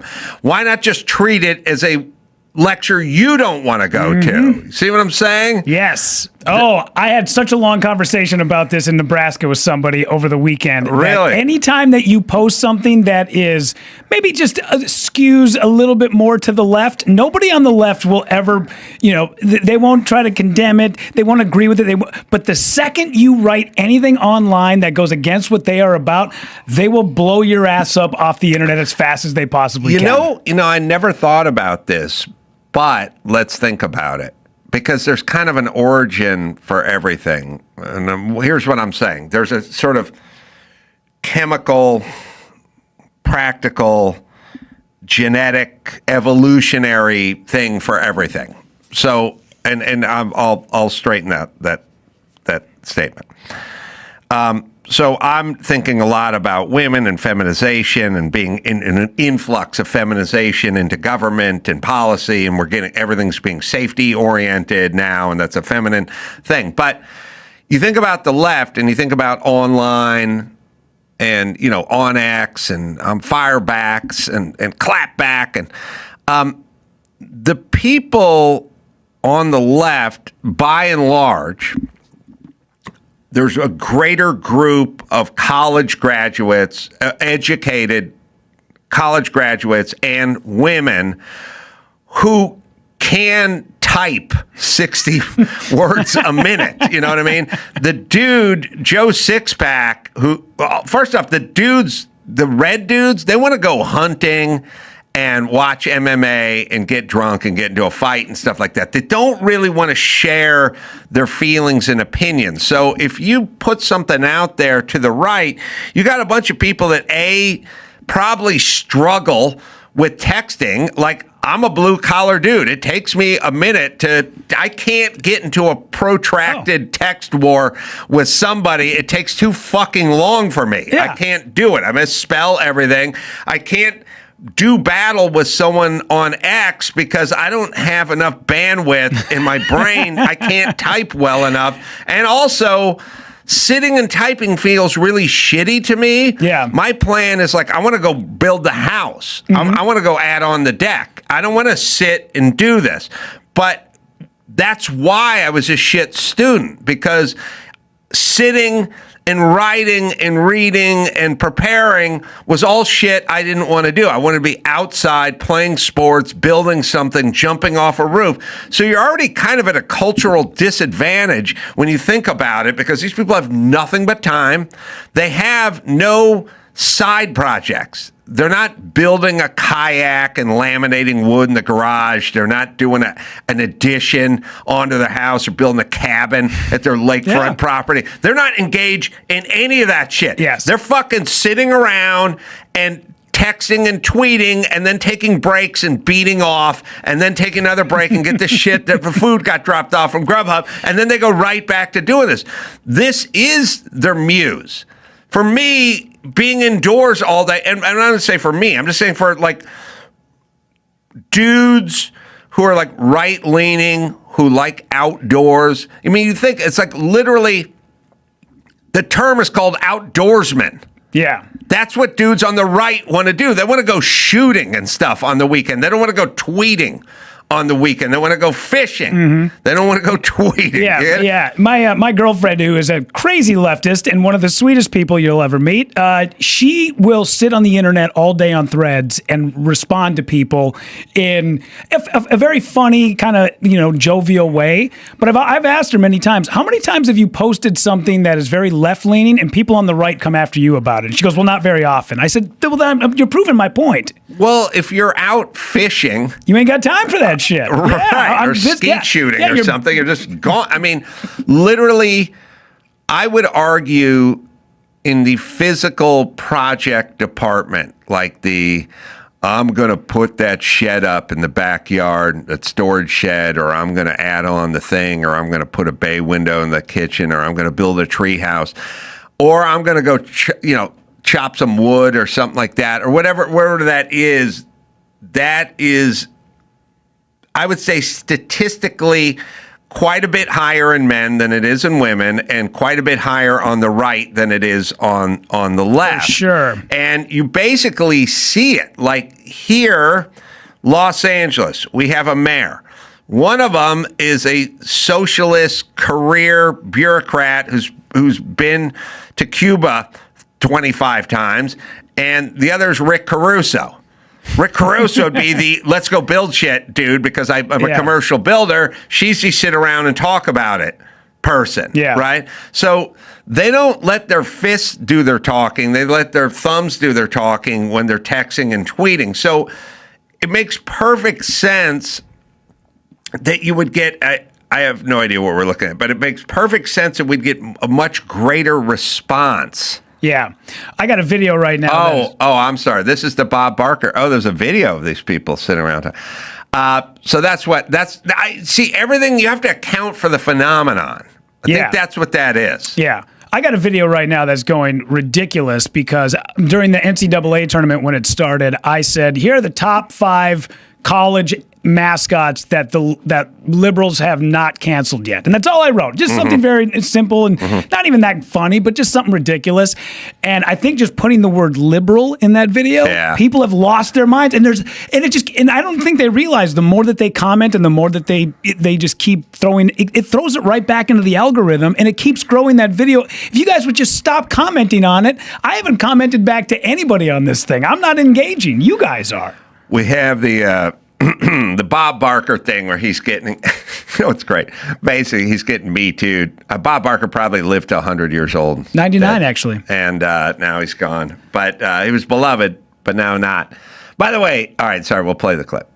Eventually, CBS, after receiving a lot of complaints about staff hitting on the models and staring at them and making creepy comments to them, they instated what they call the 10-second rule, where you were not allowed to openly stare at a model for more than 10 seconds. I already hate this stuff. It's a long time to stare at somebody. Yeah, it's crazy. 1, 2, 3, 4, 5. All right, hold on, pause it for a second. Listen, bitch, you don't have to be a model if you don't want to. Yeah. You could be a fucking librarian, or you could be a doctor or a lawyer. You don't have to put tight clothes on and stand there. Your job is people looking at you. These first off, these are narcissistic bitches because they're sitting around explaining. Rudy, remember that time everyone just kept staring at me because I look so hot? Yeah, I do, actually. So I had to institute a rule. Yeah. What I got is a 10-second rule. You can look at me for 10 seconds because of my beauty, because I'm striking, and then you got to avert your gaze. Yeah. And then once you're done averting your gaze, you can come back and look at me. And speaking of gaze, I'm only affording you 5 seconds. Yeah. I don't want to be stared at by homos. And a 40-foot radius. And a 40-foot no-fly zone. Yes, you women, people looked at you. By the way, at some point in Let's Make a Deal, you come out in your tight gown or your bathing suit and you stand next to a Sea-Doo for 20 minutes while the whole audience looks at you. Yeah. Right? Exactly. And why are you shitting on the thing that built you? That's the... They all love it. I hate that so much. Is there more to this? By the way, Bob Barker. 8, 9, 10. It was something that was put in place to placate the people who were complaining about being objectified. And it wasn't, to my knowledge, enforced. There was no one monitoring how long the guys were staring at the models. It was a joke. It was an appeasement. Okay. This is a problem. This is a problem. This has to do with Bob Barker. The guy hosted the show. The sweetest guy who wanted your pet spayed and neutered. That guy, he was... So when you die, you can get Me Too'd, and then everyone will call you a racist, too. But by the way, if it's 1957 and people use the term Negro, and then you use the term Negro, too, that doesn't make you racist. That just means you were born in 1931. Yeah. Man, that is the thing I hate about it. When people go back retrospectively and look at things that helped build them or paid for a lot of things, and then they crap all over. I was just rewatching the Sergeant Slaughter documentary. That guy, his entire world was his wife and his family. And when he was on the road, his wife sat at home, and when she would say, I would drop the kids off, and because Bob was on the road, I just sat at home all day. And then when he would come home, I told him Sergeant Slaughter needed to stay in the garage. And I'm like, Sergeant Slaughter built this goddamn house. Why are you shitting on Sergeant Slaughter? Oh, don't get me started on Sergeant Slaughter. I know you're more of an Ultimate Warrior guy, but still. Listen, I like the honky tonk, man.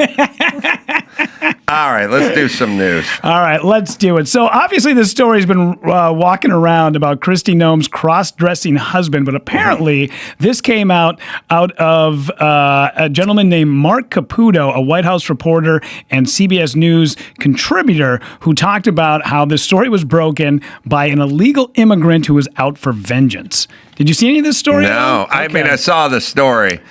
Man, sexual proclivities. First things first, we should all give thanks to our lucky stars. Now you go, we're healthy, want people to be healthy, you don't want them to have a cleft palate and a heart disease and, born with half a lung or something like that. But then as you start moving up the food chain, you go, well, thank God I got a full head of hair at age 61 or whatever these things are. We never give thanks for not having cuckoo sexual addictions, like just being attracted, just being straight.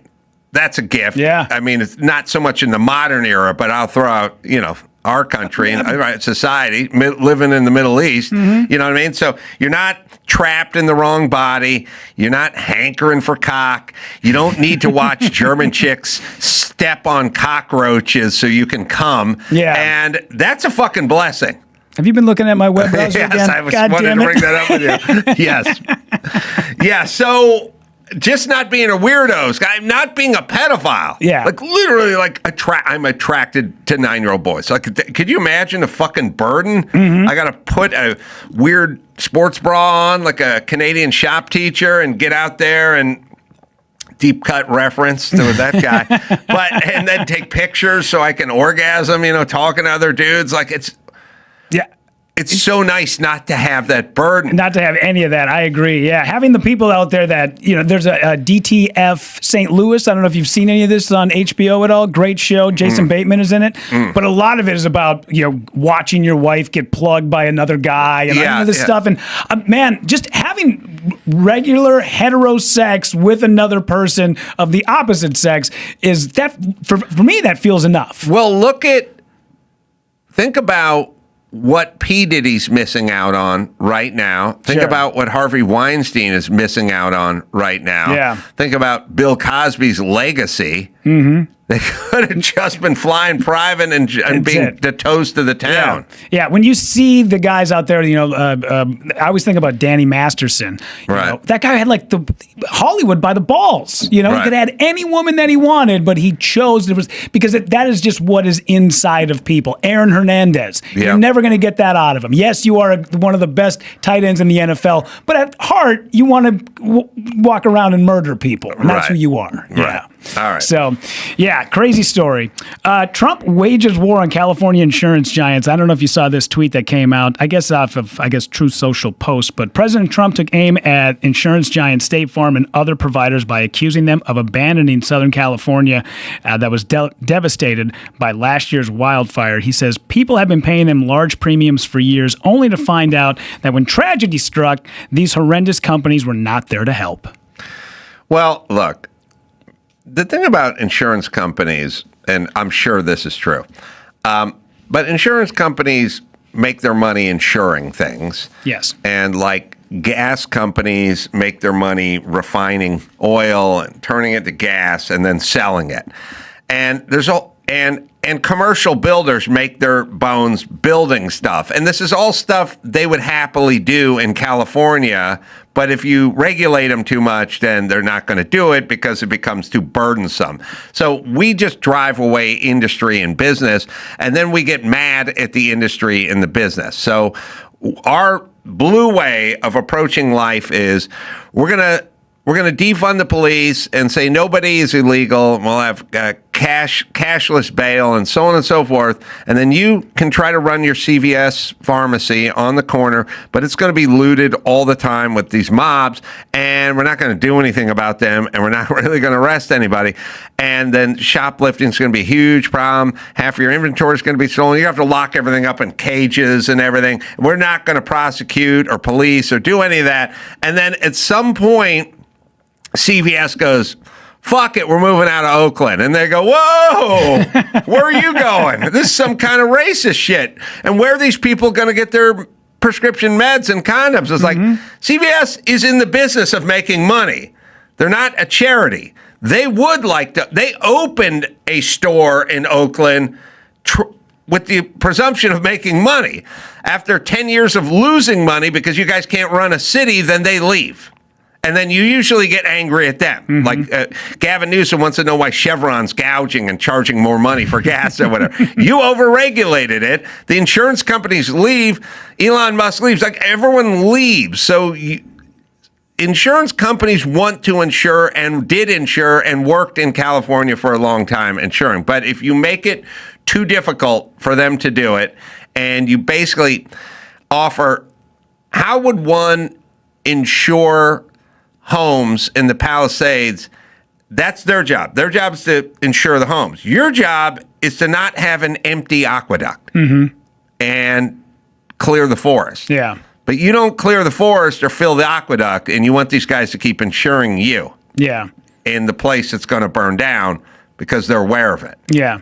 Yeah, and there's also the footage that comes back that sort of sets a narrative, too. Like you watch the documentaries about Hurricane Katrina, and these poor people have lost their homes of 40 years. They come back and they go, I know you guys got flood insurance, but it wasn't a flood. It was the levees broke, so sorry about that. We're not going to cover that. They don't want to pay anybody. Of course, They're in the business of you paying them and them not paying out. And I'm not really defending them because they're doing what any business... Look, Chevron is not charging $2.75 a gallon. They're charging $6.75 a gallon because they're just in the business of going, well, if you want to make it harder for us, we'll just pass we'll pass that along to the customer. You know, so we make everything difficult. It's impossible to do business in California, and so businesses don't want to do business here. Absolutely. Yeah. All right, what's next? 4 people connected to a company hired by New York City to operate homeless shelters for migrants were arrested Tuesday as part of a federal corruption investigation. You're from Minnesota. What do you know about this? Stay in your lane, bro. The charges Tuesday focused on 2 leaders of the nonprofit Bragg's Home Care Corporation who were accused of stealing more than $1.3 million from the taxpayers-backed organization, and 2 subcontractors who, in the indictment, say paid bribes and kickbacks to the men in exchange for contracts worth millions. Look, obviously this is going to be the new subject for our society for a while. It's going to be all this insane waste and abuse and fraud, because it has to be this way, because we cannot help it. Yeah. So somebody brought this up, but it's true. You go to Stanford and you're just a 19 or 20-year-old kid, and you're a good kid, and you did your homework and you took the SATs, and oh man, we got to get more people of color in positions of power. So you go to Stanford and you're a good citizen. You did what you had to do to get to Stanford, and you studied and you did well on the test, and you did extracurricular activities, and now you're at Stanford. And so you go through your first semester of Stanford, and you're doing your homework and reading your books and being a good student, and you go through your second year, let's say, and then your third year comes around, and your roommate says, you got finals coming up, and they only give you an hour to do the finals, so I'm really going to stay up all night. And the roommate goes, I get 3 hours to do the finals. And you go, why do you get 3 hours? No, it's 1 hour. No. If you get a note from your doctor saying you're on the spectrum of Asperger's, then you get more time. Even guys can take it the next day and stuff like that. Really? You just get a note? Mm-hmm. Do you have this disease? I don't know, but you're just going to get a note. You can turn the note in, and then you can get an extra hour to do your homework. Well, next thing you know, that's what everyone does. Yeah. Now, this kid's not a bad kid. He's not a criminal. He's not a thief. He's not a gangbanger. He just saw an opportunity, took the opportunity. Yeah. You start taking money and spreading it around that way, everyone's getting in on it. Yeah. It will be everywhere. Ask any person who has ever been a, say, entrepreneur or self-employed about their taxes, and they will they will justify every single penny they possibly can to get the most back. Absolutely. Yes, and we used to think women wouldn't engage in this. Turns out they do it more. Way more. We used to think black people wouldn't do it. Turns out they do it more. So this whole thing, I was like, we have women of color in position. They'll do it as fast as any red-haired dude from the 50s would do it. Yeah. Turns out just people are, doesn't matter what sex, race, whatever it is, man. It's all the everyone same. wants free money. Absolutely. Investigators are also probing whether city council member Farrah Louise, a woman, and her sister, Debbie Louise, an aide to New York Governor Kathy Hochul, accepted bribes and related. Here's the whole thing. Everybody will abuse the system. Now that we understand that, we must deconstruct the system completely. Sure. Yeah. Okay. So you were talking about this the other day, but wanted to bring this up because I have a personal story that actually comes with this. So why Tiger Woods won't hire a driver. So Tiger Woods has previously declined to hire a driver for himself due to privacy reasons, a source tells People exclusively.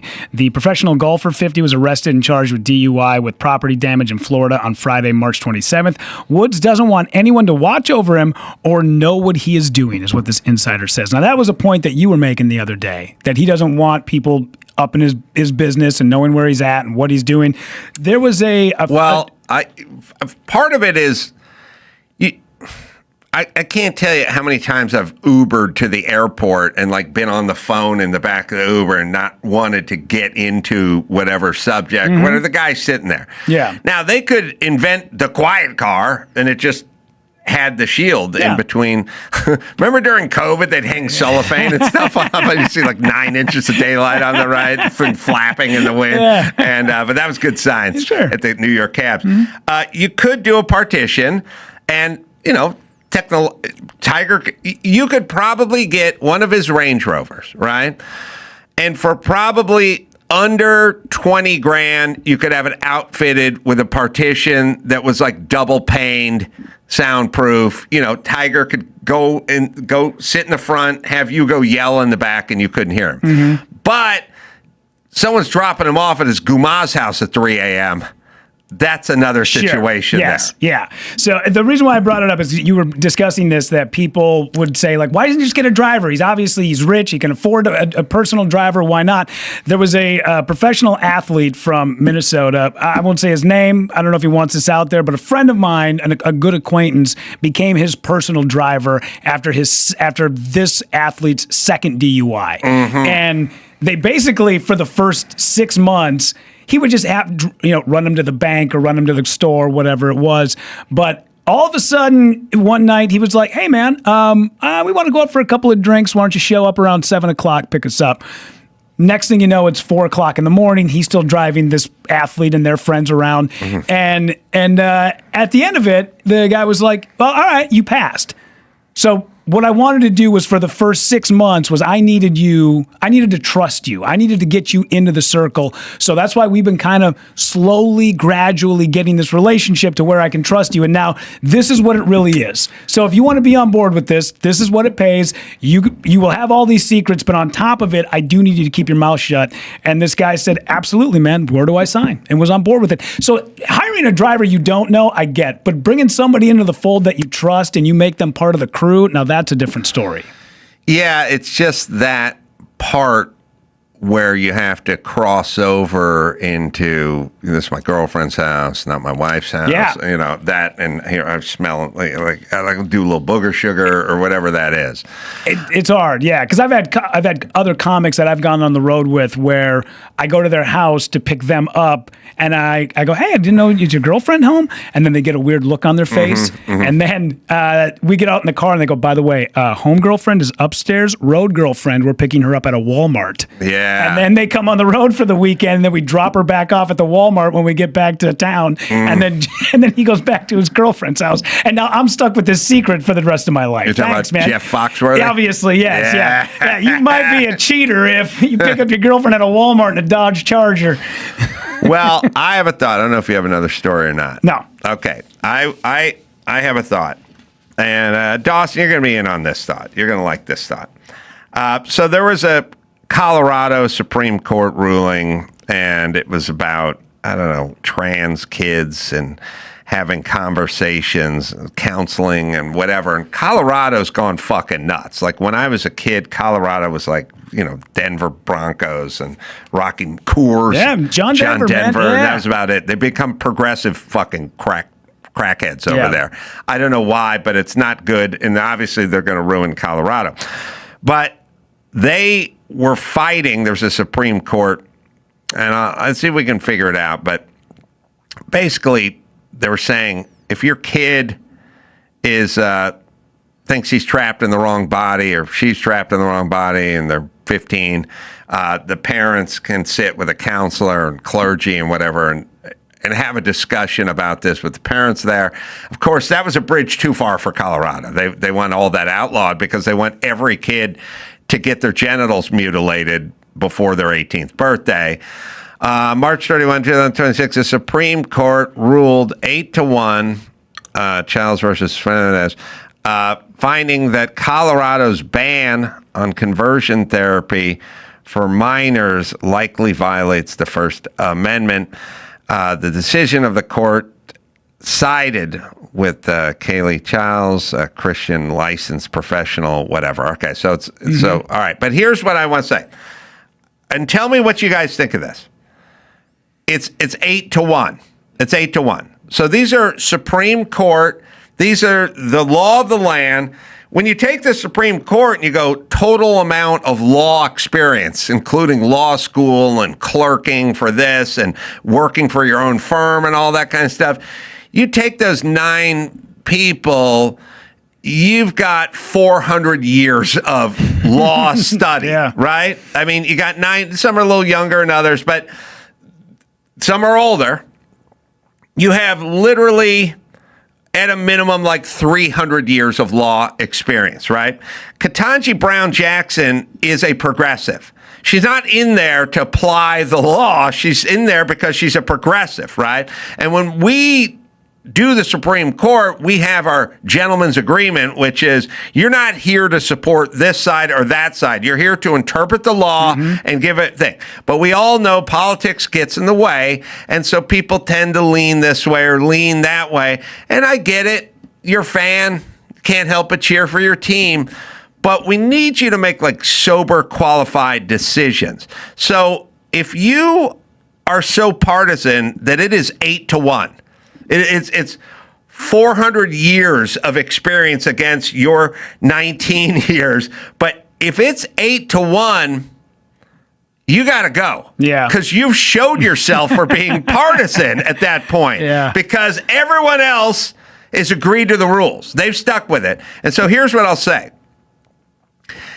There should be a rule in the Supreme Court that if you get too many 8-1s or 7-2s, you got to go. And you would knock this shit off. You would knock your partisan bullshit off, and it would work the other way, too. Sure. Like if it was all a bunch of stuff and you were the one conservative who sided with the NRA. You get caught in too many of those, we'll throw you out.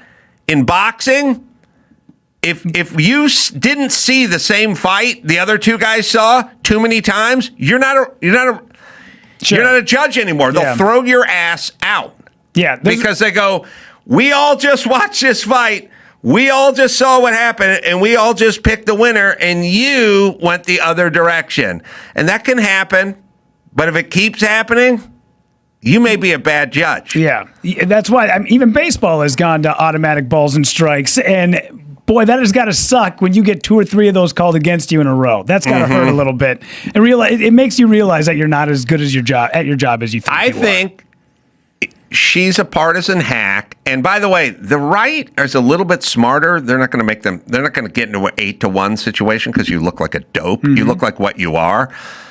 But if there's enough lopsided stuff that you're on the losing end of, and it could be on either direction, we'll boot you out. Yeah. And that would make you measured and more measurable, because you have the supreme law interpreters in the world, and 8 of them saw something and you saw something else, which means you didn't see it because there's nothing they didn't think of. It just meant you are progressive who agrees with whatever retardism Colorado's trying to float up our asses this week.